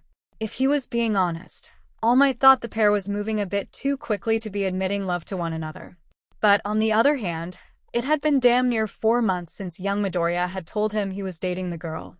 All Might didn't know much about relationships between kids. He had been focused entirely on training and only developed that kind of relationship outside of after graduating UA. While their relationship had done wonders for the boy's confidence, he couldn't help but notice the long line of hickeys the boy often had. And then there were the bite marks, some of which had scarred the boy. The worst had to be a bite on the side of the boy's neck near the start of his shoulder. All Might had seen that mark given enough time to heal, only for it to seemingly reopen after only a week or two. He'd asked young Midoriya about it, but of course, the boy gave him such a selfless answer he'd nearly been taken aback. It's to help 𝗵𝗃, All Might. The intense stare he'd given the pro hero had rivaled that of his looks when intensely focusing on his training. Her quirk gives her an unhealthy obsession with blood, and I promised her if it would help her live more normally, she could take mine anytime she wanted. Do you think that's wise, young man? All Might had asked, understanding the boy's reasoning, but not willing to leave any questions unasked. What will you do if you are both separated? Or if you ever break up with her? Will you continue to be her own personal blood bank? The boy had looked down to his feet, not wanting to imagine young Toga and himself separating for good. Even then I still would. I care about her too much to just abandon her like that. All Might had nodded, satisfied with the answer for the time being. I understand. But try and set some boundaries for her. If she keeps biting the same spot over and over, not only will it scar, but she may eventually take the chunk with her. As he recalled the memory while looking at the pair, a soft smile came over his face despite the morbid bite mark that had returned to his student's neck. What made All Might almost spit out the coffee he'd been drinking was the matching bite mark young Toga had on her shoulder. It looked very fresh too. Now that he thought about it, the pair had been out very late when he'd found them. Am I gonna have to give you a safe sex talk? He thought, rubbing his face very tiredly. The police officers had asked them a lot of questions, and when he said a lot, Izuku meant a lot. What they'd been doing out so late. Why they had engaged the villain and not simply run. If the villain had mentioned why he was chasing the girl. Izuku had grown pretty annoyed at the constant bombardment of the same questions they'd asked a dozen times, just worded differently. I'm tired, Izu. 𝗵𝗃 whined, snuggling her head closer to his and wrapping her arm around the little girl. I know. Mom is trying to convince them to let us leave. Izuku sighed, tracing circles in Eri's back. I know it's a bit taxing, All Might said, approaching the pair, but bear with the police. Their procedures are an important part of hero work to become accustomed to. But don't worry, we'll get the two of you out of here soon. Wait. What about Eri? Izuku asked, his arms protectively circling the girl. All Might scratched the side of his head with a finger, his smile strained. Well, she'll be taken to a foster home either until her closest living relatives are found, or until they find a family to adopt her permanently. Then let me and my mom be her foster family. Izuku said, his eyes never wavering from All Might. Young Midoriya, while I admire your conviction in wanting to protect this girl, you are not in any position to offer that. All Might said, sternly scalding Izuku. It's okay, All Might. Izuku's mother had finally emerged from the detective's office, a small smile on her face. I already guessed what Izuku would say and asked the same thing he did. Do you think you can carry her, Izuku? Why, yes. Izuku nodded excitedly, carrying the girl in a princess carry that made Himiko puff her cheeks out. Not fair, she huffed, poking Izuku's cheek. You haven't carried me like that. It's not like I wouldn't if you asked, he said, averting his gaze, a blush coming to his cheeks at his mom's smile. Anyway, let's go. I think Eri's had a long day as it is. Himiko rolled her eyes at him, seeming fidgety and very happy to leave the police station. Is it all right if I stay with you guys tonight, Ms. Midoriya? Please, honey, just call me Inko. His mom smiled, her evil grin turning to Izuku. Of course you can stay, but Izuku will be sleeping on the couch. Okay? Izuku sighed dejectedly before seeing Himiko wink at him out of the corner of his eye. The car ride home was very tense. All Might had decided to stay back with the police to further question the bald man. So it was currently just Izuku, Himiko, Eri, and his mom in the car. Himiko had decided to sit in the back seat with Izuku and Eri, rather than sitting in the passenger seat. The smirk his mother kept shooting at him from the rearview mirror made him very uncomfortable. Thankfully, the ride hadn't been long, and they made it to the apartment without any snide remarks from his mom. Izuku, honey, let me take Eri and I'll give her a bath. His mom offered to hold her, hands out to take the girl from him. As he was obliging his mother's request, Eri's hands wrapped around his shirt, digging in like a tick. No, I don't want Izuku to go anywhere. The girl whined, apparently not asleep anymore. She's using Toga-chan's nickname for you. His mom fawned over the girl's big red eyes that peeked out from her long hair. Not fair, Himiko whined, sounding amazingly close to Eri's whine. I want to take a bath with Izuku. I don't know when is he taking a bee bath with me, Izuku said, extremely red-faced at the idea. Oh, but Izuku, we used to take baths together all the time, his mom chirped, happily resting her hand on her cheek.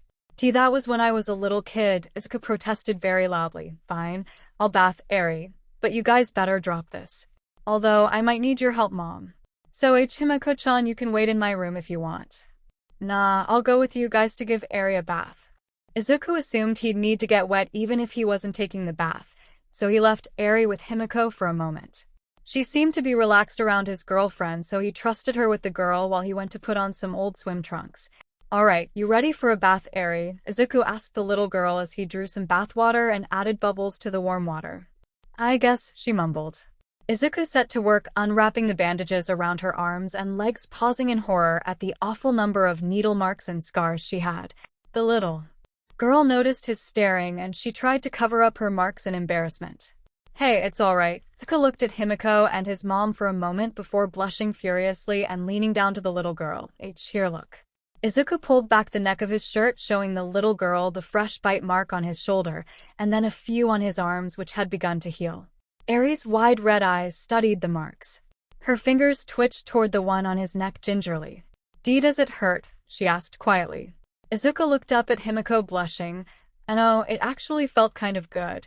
The little girl looked at him confused, but before she could say more, Izuku had his mom take the rest of the girl's clothes off while he turned his back. Once his mom had fully set the girl into the tub, Izuku slowly lowered himself behind the girl and began rubbing shampoo into her hair. That looks fun, I want to get in, Himiko chirped, dipping one leg into the water before Izuku stopped her. Hey, you've only got one set of clothes here and you're currently wearing them. So no getting in the tub, Izuku chastised her as if she was Eri's age. But I can just wear one of your shirts and some boxers. Mom, tell her no. I don't see any harm in it, honey, his mom said, clearly enjoying messing with him alongside his girlfriend. Fine, he sighed, defeated. The pair washed Eri in relative silence, aside from the occasional giggle 𝐒𝐭𝐲 had when playing with Eri while Izuku did all the work. Thankfully, it was time to get out and Izuku made his way to his bedroom to get a fresh set of clothes for himself. He lightly pushed the door, not quite closing it all the way out of habit. He began removing his swim trunks and wet t-shirt, leaving him in nothing at all. Of course, 𝗵𝐭𝐲 chose that exact time to walk in without warning. "Izu, get me some clothes, 𝗧𝗧. The frozen expression on her face was very uncharacteristic, and so was the intense blush that ran up her neck and face. Sorry. She yelled, slamming the door shut behind her. So she can make that face too?" Izuku remarked out loud before realizing what had just happened, letting out a very girlish scream. Izuku got dressed in record time. He was a blur of motion, and had anyone seen him they'd think he had a speed quirk. "Why, you can come back in, 𝗧𝗵𝐿. 𝗧𝗏 squeaked, very red in the face with an old All Might hoodie in his hands along with a pair of blue boxers. Her soft, timid footsteps made Izuku tense, and the slow opening creak of his door didn't help. Nor did the very large blush on her face. As she entered, he couldn't help but notice she didn't make eye contact with him like she often did. "I am not as still and naked you can know," Izuku stuttered, very mortified at the moment. 𝗵𝐿's head snapped up, very embarrassed by his words, but then a familiar toothy grin spread across her face. "Sorry I walked in without warning, but it's not like we haven't done worse." "Why, you still haven't seen me fully naked before, though," Izuku yelled as quietly as possible. "Well, that's not exactly true now, is it?" she said, acting very nonchalant. Hush you," he said, passing the girl his spare clothes. A little blush spread across the girl's face along with a mischievous smile. "Want me to return the favor, Izu?" What?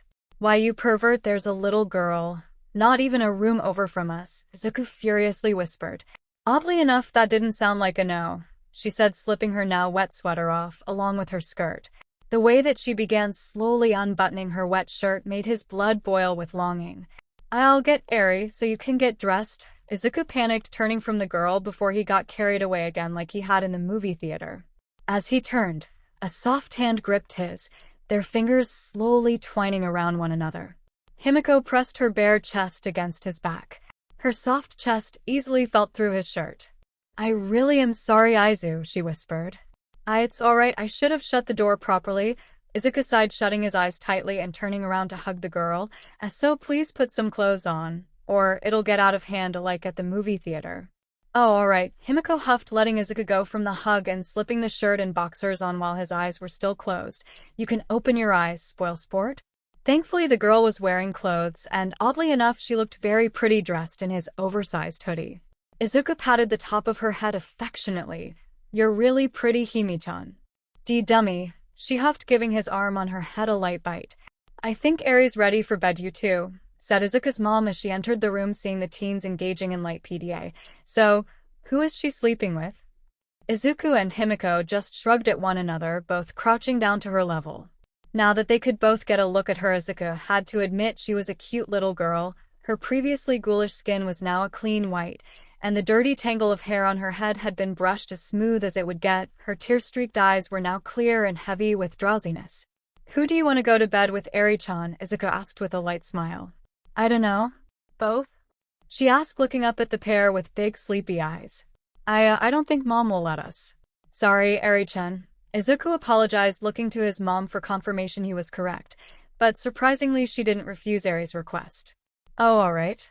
I would have had a problem if you two tried to have her sleep with me, because I know you'd try to sneak in bed with each other." Izuku blushed at the fact they would have been caught by his mom if they'd tried that, "but since Eri will be with you, I'm fine with it. I trust you're both bashful enough to not try anything in front of this sweet little angel, right?" "Why, yeah." Izuku hesitated for a moment, looking at 𝗵𝐿. "I know I can trust myself in this situation, but it's my constantly frisky girlfriend that's another matter." "Oh please," she crowed indignantly, "look at the mother and son. I can keep it in my pants for one night." Both Izuku and his mother blushed at her choice of words. "Okay, well I guess we're heading to bed then," Izuku said, awkwardly rubbing the back of his head. "Alright, you two. But if you have any problems, come straight over to me for help." "Thanks, Mom." "Thanks." They both answered as his mother left the room so that they could get settled into bed. It was a good thing his mom had insisted on him having a queen-size bed when picking mattresses a while back, or they'd have no room at all to sleep. Izuku had no idea what to do. So he just went with the safest option and lay down closest to the wall, putting Eri in the middle and giving Himiko the spot that would let her get in and out of bed as she pleased. Of course, as soon as he settled in and got comfortable with his head laying on his pillow, Eri decided she'd rather lay on top of him, snuggling her head under his chin. And Himiko, never missing an opportunity, got as close as she could to him as well, draping an arm over them both, and placing her head on Izuku's shoulder. "It's like we're a mommy and daddy," she whispered into Izuku's ear. "WW what?" I mean, I get the comparison. But that came out of nowhere," Izuku said, very stunned. "Calm down, you scaredy cat. Girls think about that stuff all the time when they've got a boyfriend. At least that's what I've heard. And it sounds right to me because I've thought about it with you." She grinned, blushing madly. "Why, you have? So did you think about that? Just with me when we started dating, or have you always wanted kids?" "I only ever want babies with you, Izu. I've thought about having some before we started dating, but I could only ever imagine you being my baby's papa." Izuku chuckled, not the least bit surprised with the girl. She was odd, and he could see her giggling to herself at the thought. But it came as a surprise she hadn't imagined herself with anyone but him. It really made him feel like he'd impacted someone's life enough that she'd loved him from when they were just children. Don't get him wrong, though, he wasn't ready for real kids of his own anytime soon. "I've never thought about what my future will have," Izuku admitted. "I mean, I've put so much time and effort into just becoming a hero that I have no idea what my goal is after I've reached my dream. Well, I know exactly what I want to do. I want to live in a big house with Izu, so there's lots of room for our babies to run around and play." Izuku's soft smile at his girlfriend's simple future was colored with warm drowsiness that made him yawn. "That's not a bad dream at all." Izuku sighed, resting his head back, falling asleep in seconds. A pair of yellow cat-like eyes peered at the sleeping boy's form, and the little girl snuggled into his chest, fast asleep. Himiko smiled very widely at the sight. "Izu and I didn't make her, but I think she'll make a cute daughter." Her smile widened as she hummed to herself, "Babies, babies. I want to make babies with Izu." A few days passed as Izuku and his mother got used to having another person around the house. His mom had been ecstatic because she now had someone to wear all of Izuku's old clothes from kindergarten, most of which were All Might themed to Himiko's never-ending teasing. The biggest change for Izuku that he still had to get used to was that the girl wanted him to come with her everywhere she went. The living room, the kitchen, his bedroom, and most embarrassingly for him, the bathroom. Thankfully, he had managed to talk her into just letting him sit outside while she did her business, but she wouldn't make the same concession for him.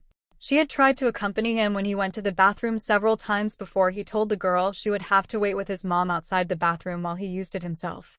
Himiko had taken to the girl very quickly, and they played with each other very often. To his utter embarrassment, they both enjoyed playing Izu the Hero, as Eri called it. They would reenact the fight that Izuku had with the bald villain. Surprisingly, Izuku would play All Might when joining the pair, Himiko would play the bad guy, and Eri was Izuku. Both Izuku and Himiko collapsed after their most recent game with the little girl. She was still running around the pair giggling. "Harder than it looks, isn't it?" Izuku's mother gloated from her position in the kitchen, watching the spectacle in front of her. "Rethinking we's wanting kids now?" "Himiko-chan." Izuku was panting very heavily. He hadn't felt this tired since All Might's training. "And no way. I want at least 2, she said very seriously through her own gasps for breath. "You'll kill us both," Izuku yelled, very frightened. "Hey, you don't gotta complain. Just don't get me pregnant anytime soon if you don't want to deal with another kid," Himiko said, getting her breath back. Himiko-chan. "Izu? What does pregnant mean?" Eri asked with the widest and most innocent eyes he'd ever seen. "Look what you did," Izuku panicked, looking at Himiko. "It's nothing, Eri. Don't worry about it." "Izuku." His mother yelled from the living room hallway, startling him. "And nothing, Mom, we weren't talking about anything." Never mind that, sweetie. Your letter from UA finally arrived," she yelled, showing him the sealed envelope. Izuku froze. With everything that had been going on, he'd honestly forgotten the UA entrance exam had taken place not even 2 weeks ago now. Izuku accepted the sealed letter from his mom, the contents of the envelope rattling audibly with his shaking. "Let's go, Izu. I want to see how you did." Himiko grabbed his hand, pulling him toward his bedroom, Eri padding behind them. All 3 of them stood at Izuku's desk, just staring at the letter. Izu?" You're supposed to open the thing to see your test results, you know. 𝗵𝗃 teased, poking at his freckles cheeks like she often did. I know. Izuku sighed, picking the letter up. He carefully broke the seal so that the small metal disc could fall out onto his desk. What the heck is it? I am here. As a projection, yelled the booming voice of All Might from the small device, scaring the three in Izuku's room. Sorry, that probably startled you. I must apologize, young man. I didn't just come to this town so I could fight villains in this area.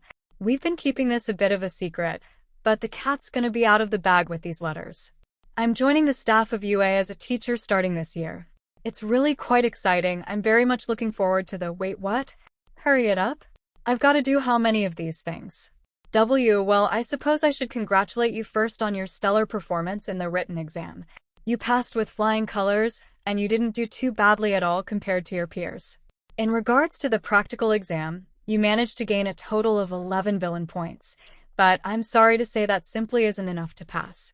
Izuku looked down at his lap. He had a feeling 11 points wouldn't be enough, but he'd been stupid and taken the time to destroy that stupid 0-pointer instead of just saving the girl and running. 𝗵𝗃's soft hands rubbed each of his shoulders. She leant down to talk into his ear. It's all right, Izu. Screw UA, there are tons more hero schools that can see how amazing you are.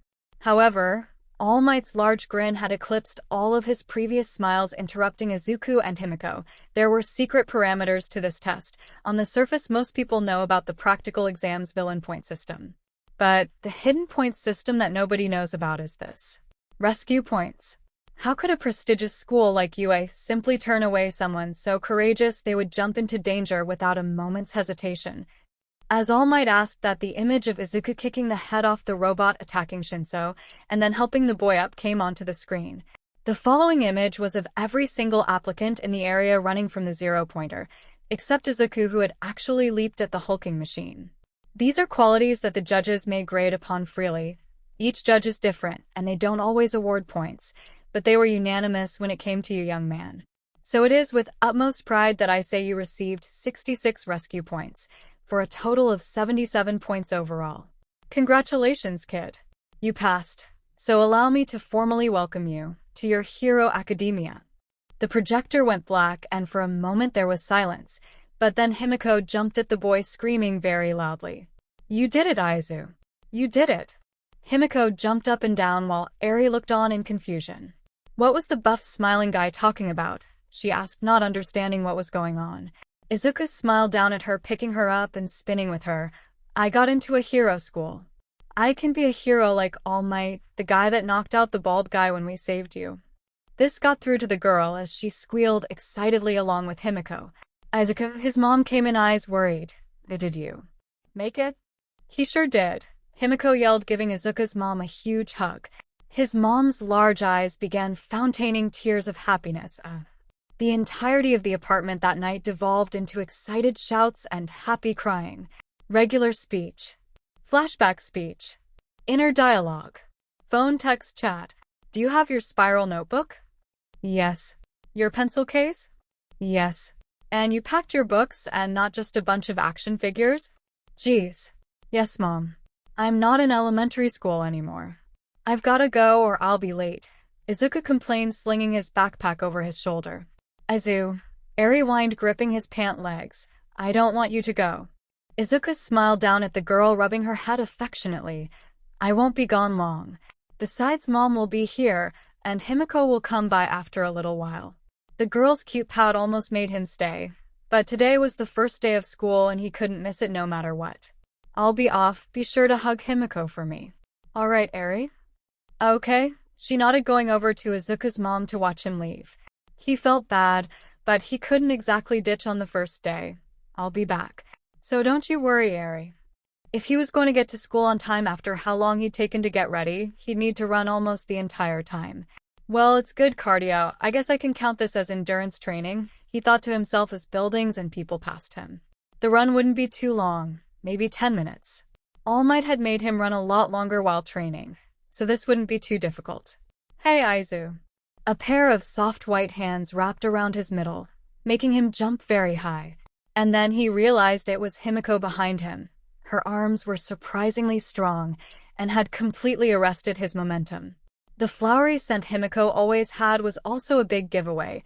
The telltale metallic smell underneath may have been unidentifiable to most people. But he knew that smell was most likely blood.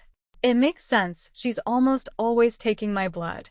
Hey Himiko, Izuku laughed, gripping her hands. No fair you knew it was me? She asked. Obviously. You're the only person aside from Eri that calls me Izu. He laughed, turning to look at the girl. Wanna walk with me to school? Sure, she smiled. So what do you think you're going to be doing? Izuku thought about it. Maybe the entrance ceremony and getting acquainted with my classmates? Now don't go cheating on me here. Himiko giggled, wagging her finger at Izuku. WW what? Bitch Himiko, I'd never do that. Izuku could practically hear the wide, toothy grin she shot his way. You better not, or I'll definitely drain you dry. Well, that's fine. If I'm ever dumb enough to do that, all of my blood is yours. Oh, by the way, when will your school be starting? I graduated last year. Oh, that's nice. A second of silence lingered between the pair. Wait, what? You graduated already? You're 18? The confused blush she sent Izuku made him even more dumbstruck. Well, yeah, I thought you knew I was older than you when we lived close to each other. I mean, we were never in the same classes. Why? You uninterested in an old hag like me now? Why, you idiot, Izuku huffed at the girl. It doesn't matter how old you are. I was just surprised, that's all. I guess that means you can keep Eri company while I'm at school, though. That's great. See, there are perks to dating an older woman.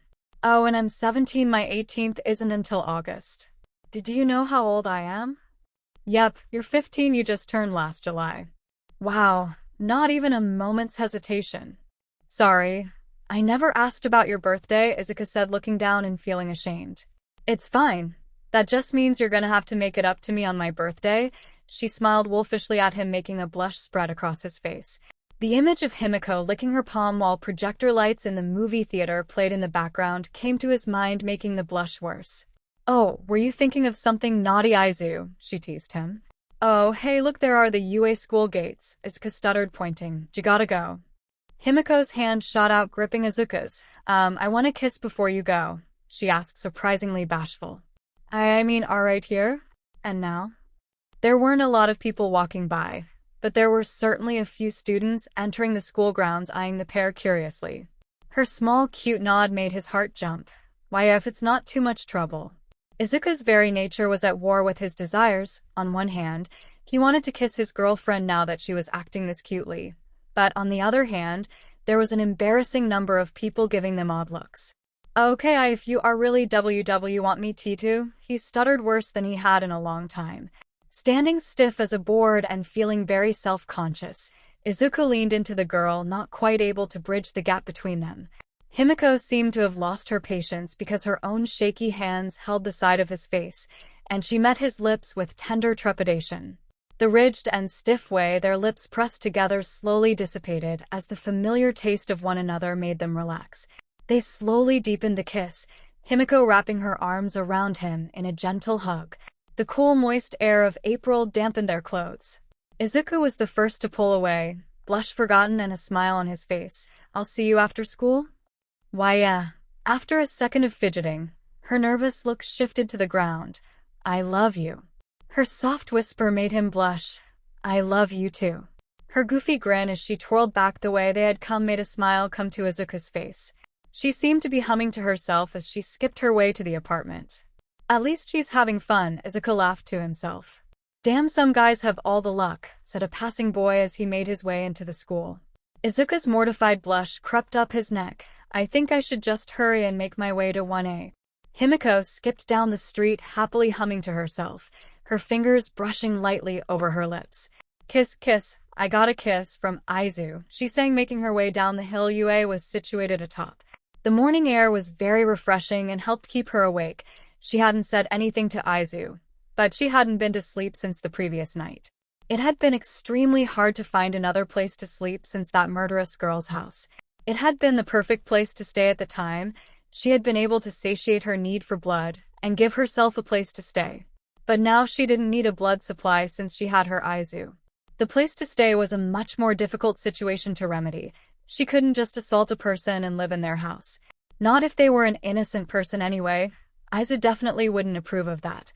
She had thought about asking Ms. Midoriya if she could stay with them, but she knew too many questions would be raised and she refused to be taken back to her family. They didn't deserve to see her after they had rejected her when Izuku hadn't. I refuse to be someone I'm not, Hamiko thought, quickly reaching the middle streets of Mizutofu. Ever since All Might had started showing up in the city, criminals had been more and more cautious about committing crimes. "Hey bitch, get out of my way," yelled a loud voice from behind her, running footsteps growing closer. Or maybe they weren't as smart as she thought. Goosebumps raised along her arms and legs, fine hairs standing on end. She knew this feeling meant someone was about to attack her. So crouching low and then springing into a backflip, Himiko caught sight of the man looking dumbstruck at her sudden movement. His neck craned to try and follow her arc, but his neck could only move so far. Himiko landed behind the man, slamming her small foot into the backs of his knees. As the man fell, she withdrew her knife and held it to his throat. "Better not move or I'll cut ya," Himiko giggled, still happy about her exchange with Izuku from earlier, but now she was a bit pissed about the rude bastard interrupting her. "What the fuck?" The man was confused about what had happened, but it wasn't exactly hard for him to grasp with a knife at his throat. Now that she caught a good look at the guy, she could see he had dusty whitish hair, a cheap-looking purple suit, and a pair of sunglasses. "Hey, you're a villain, right?" asked the man very nervously, showing he had a missing front tooth. "I'm a broker, and I'm being chased by some clients I kinda pissed off. So would you mind letting me go?" She thought about that for a moment. Sure, she knew information brokers in the black market were fairly rare, at least the good ones were. She'd had to deal with a few when she had run from home and been assaulting various criminals of different severity. Heck, even a few were proper villains. Wait, that creepy grin and blonde hair. "You're the crazy bitch that was attacking other crooks in Yokohama.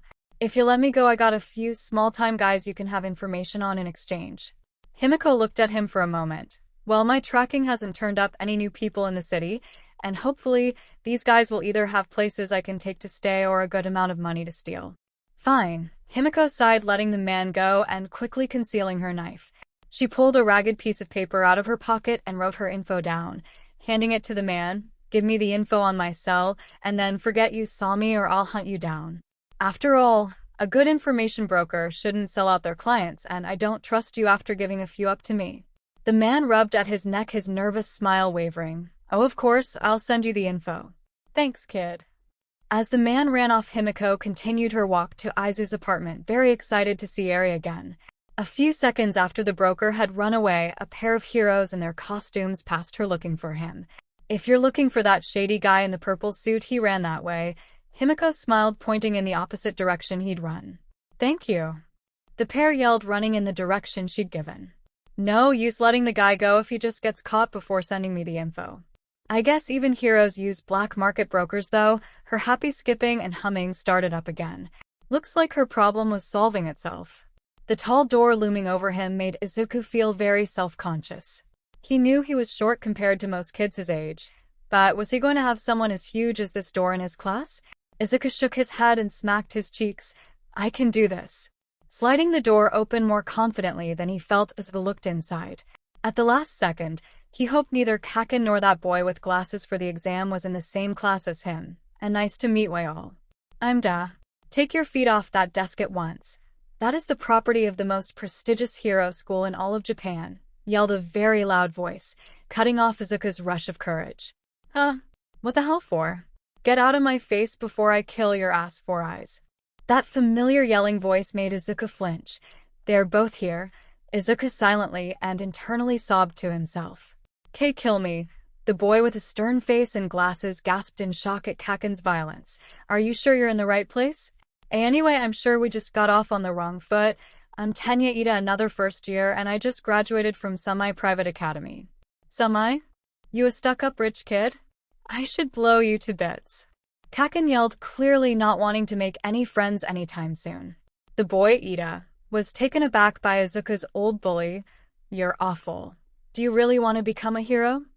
As Izuku watched the exchange, it seemed the boy had caught sight of Izuku along with Kaken. Hello, I am Tenya Ida. I'm from Semi." The boy quickly made his way over to Izuku in just 2 large steps. "I heard. And nice to meet you. I'm Izuku Midoriya."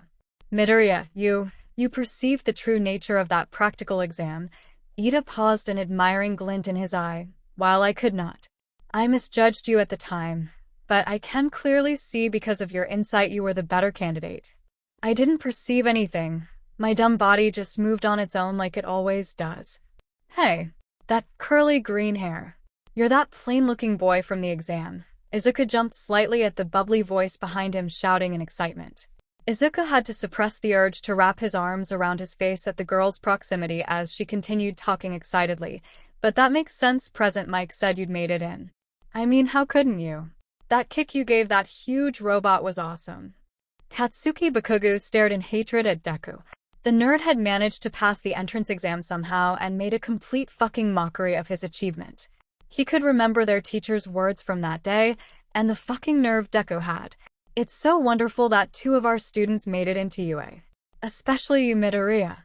That's a miracle we never expected. Deku's stupid fucking shaking in front of the teacher as he spoke made Katsuki grind his teeth in rage.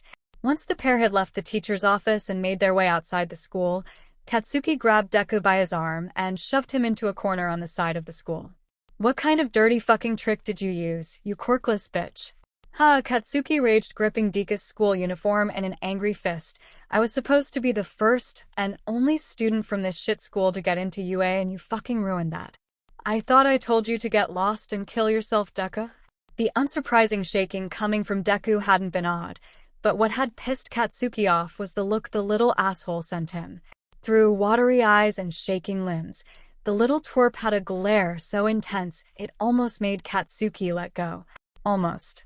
Some people told me that I could be a hero, and because of them I'll become a hero no matter what. So you can shove it. The boy yelled, making Katsuki freeze in utter astonishment. What the fuck?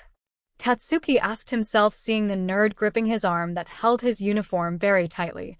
Then the fucking nerd had run off, obviously scared of what Katsuki would do after his uncharacteristic outburst. Now, here the little shit was, strutting around UA like it was the most obvious fucking thing in the world. It pissed Katsuki off. Izuku was still being bombarded by the friendly brunette, her excited hand movements never stopping. I think we've got our entrance ceremony and guidance sessions today. Yeah? I wonder what our teacher will be like. I'm kinda nervous. A gruff voice came from behind the girl, making her and Izuku jump. If you're here to socialize, then you can just get out. As Izuku looked down, he saw a very scruffy face peeking out from behind a yellow sleeping bag, a juice pouch coming into view and then being drained in an instant. This is the hero course. It took you all 8 seconds to quiet down. Even a second in a hero's day can mean the difference between life and death. This is the kind of path that isn't for the weak-hearted. So if you can't handle it, leave now. A pause fell over the room. No one seemed to be moving to leave, but a few people did look nervous. With that said, I'm your homeroom teacher, Shoyuta Aizawa. Now everyone put your gym clothes on and follow me. Izuku looked down at the school's gym uniform. It was a lot more unique than his middle school gym uniform. A stylized U and A were on top of one another, and the trim of the blue uniform was white and red. We're going to be doing a quirk assessment test, Mr. Aizawa said as the students of Class 1A stood on the open UA grounds. Quirk test? The girl who'd been talking to Izuku asked, confused. I thought we had the entrance ceremony and counseling today? That's all a waste of time. UA is known for its freestyle educational approach, and that applies to us teachers as well. Softball throwing, the standing long jump, the 50-meter dash, endurance running, grip strength, side-to-side stepping, upper body training, and seated toe touching. You did all of these exercises in middle school. Yes? These are standard non-quirk testing exercises. Japan is a country that still employs the policy of not allowing the use of quirks outside of hero work. Mr. Aizawa bent down, scooping up a softball and tossing it to Kaken. Bakugo, what was your record for the softball throw? About 67 meters. I want you to throw that ball as hard as you can with your quirk, and don't hold anything back, Mr. Aizawa said, stepping away to allow Kaken to approach the pitch. Izuku could see an evil grin cross the boy's face as he wound up, readying a throw. Die! Kaken yelled, creating a massive boom, as the poor softball was propelled several meters away. Die! Izuku thought, sweating at Kaken's choice of words. Mr. Aizawa looked down at the calculating device in his hands and showed everyone the result. 705.2 meters. asked a spiky red-haired boy in astonishment. That's insane. So we get to use our quirks all we want? Asked a pink-haired and skinned girl. This looks so fun. Mr. Aizawa seemed to not like what the girl had to say. Fun? You think this is gonna all be a walk in the park, don't you? Listen, at UA we train you to use your quirks to the best of your ability, both strengthening and refining them. Over the next 3 years, we'll be putting you through hell to push you to your limits, so if you think this is fun, I guess I'm not being hard enough on you. How about this? Whoever is bottom of the scoreboard at the end of the day is removed from the hero course for good. What? You can't do that. We just got here. A chorus of objections and cries of outrage met Mr. Aizawa's deceleration, but everyone quickly quieted when he spoke. If you don't like it so much, one of you volunteer to drop out so the person who would be on the chopping block can stay. A long silence fell over the students, making the man smirk. That's what I thought. Now stop complaining and start working your butts off. Show me you've got what it takes to make it in my class. That's what our school motto means. After all, go beyond, plus ultra. I guess things are picking up now, Izuku thought, nervously gripping his shaking hands. Can I use one for all like I did before when I was protecting Himiko and Eri? Izuku clenched his muscles, trying to summon the feeling All Might's quirk conjured in his head. The power came to him slowly, but in jackhammering waves that made his bones and muscles vibrate painfully. Dial it back, or I'm gonna tear myself apart, like All Might said. Egg in a microwave, egg in a microwave, he thought, frantically imagining he was turning the intensity of the cooking down so he didn't explode. The familiar hum of One for All made him smile. It felt like All Might was with him any time he activated the quirk. What he hadn't noticed when first using the ability was the arcing strands of static coming from his body in green crackles. Whoa, looks like someone's fired up, said the red-haired boy with sharp teeth. Mr. Aizawa was looking at Izuku with a piercing stare that made him deactivate One for All. Sorry, sir. Their teacher shook his head, turning and walking past the softball throw. We'll be doing the 50 meters first, so line up by your student numbers, and you'll be going with the person whose number is directly below yours. The first pair to run was Ida and a girl who seemed to have a mutation-type quirk. Maybe a frog type, Izuku thought, watching them. And a start. Only a handful of seconds passed as Izuku watched the pair burst from the starting line, and in the blink of an eye, Ida passed with the girl a few seconds behind. 3.04 seconds. 5.58 seconds. Whoa, that was fast, Izuku smiled, his eyes sparkling. I wish I had my notebook on me. Next up was a boy with a tail and the girl who had been talking with Izuku. She seemed to be tapping parts of her body. Activating her quirk, maybe? The boy finished first, just a bit faster than the girl. 7.05 seconds. 7.15 seconds. Well, at least it was better than middle school, the girl smiled to herself. Then it was an odd blonde-haired boy with some sort of belt around his waist, and the pink-skinned girl. Now that Izuku could see her closer, he could see her eyes were a familiar shade of yellow like Himiko's, but surrounding the pupil was a black mascara that made them pop in a different way to Himiko's. If we're allowed to use our quirks, then allow me to apologize in advance, mademoiselle, because you stand no chance against my flashy quirk. The girl seemed to be very annoyed at him as she removed her shoes and sat them to the side. Whatever, dude. Ready? Start. The girl dashed forward first, and then her strides became more of a skating motion as her feet seemed to be secreting a viscous liquid. Just as Izuku thought she would win for sure, the blonde boy shot past her, a beam shooting out of the belt he wore. Yet again Izuku had assumed the winner of the race wrongly when the boy's laser petered out, and he fell to the ground unceremoniously. The girl passed him before he could regain his lead. 5.24 seconds. 5.51 seconds. Next, 17 and 18. Get over here, Mr. Aizawa yelled, getting Izuku's attention. Yes sir, Izuku yelled very nervously. Kaken got ready beside Izuku, positioning his arms in a very weird way. Izuku readied himself too, allowing One for All to fill his body and strengthen his legs. I can do this, thanks to Himiko's training. I'm way more aware of my body and how to use it effectively. That villain attacking us was bad, but it gave me a great insight into how to use One for All. Ready? Start. Both Izuku and Kaken shot forward, Izuku slamming onto his face after tripping, and Kaken barely able to keep himself from having the same reaction. What the fuck? Kaken yelled, looking at his hands. Why isn't my quirk working? Ow, Izuku winced, rubbing at his bruised knees. Mr. Aizawa's surly voice caught their attention. I cancelled your quirk, Midoriya. Sorry, 𝗵𝘃𝗲, I guess you were too close to him while I was and you got caught up in it. Huh? What the fuck? Wait, you cancelled our quirks? Why, you're Eraserhead, the Erasure hero. So you know who I am, 𝗵𝘃𝗧𝗏. I saw you during that practical exam. That quirk of yours is too impractical. What good are you gonna do if you shatter your legs in the first test? If your go-to strategy every time you get a little cornered is to shatter your limbs, then you'd be a liability on any team you ended up on. So you should quit. Izuku looked down at his hands, scraping his nails through the dust on the ground. My power isn't as wild as it was back then. I can control it now. Mr. Aizawa looked at Izuku very doubtfully. You expect me to believe that in just under a month you managed to get that impractical power to a usable standard? I highly doubt that. Either way, I gave you back your quirk. Get this over with. Either use your quirk and succeed or break your body and fail. It's up to you. As Izuku and Kaken readied themselves again, he could see Kaken grinning at him out of the corner of his eye. Izuku's mouth thinned into a determined line, one for all crackling around him again. Ready? Start. Izuku shot forward even as a cloud of smoke obscured his vision. Kaken had both launched himself and blinded Izuku. That's not gonna stop me, Izuku thought, sprinting all the harder, hearing Kaken's explosions right beside him. What the fuck? Kaken yelled, noticing he hadn't completely overtaken Izuku. Aya! Izuku yelled, pushing his legs to go faster. 4.13 meters.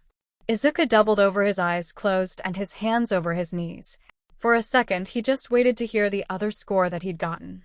He hadn't heard the first result too long ago, so his time must have been right behind Kaken's.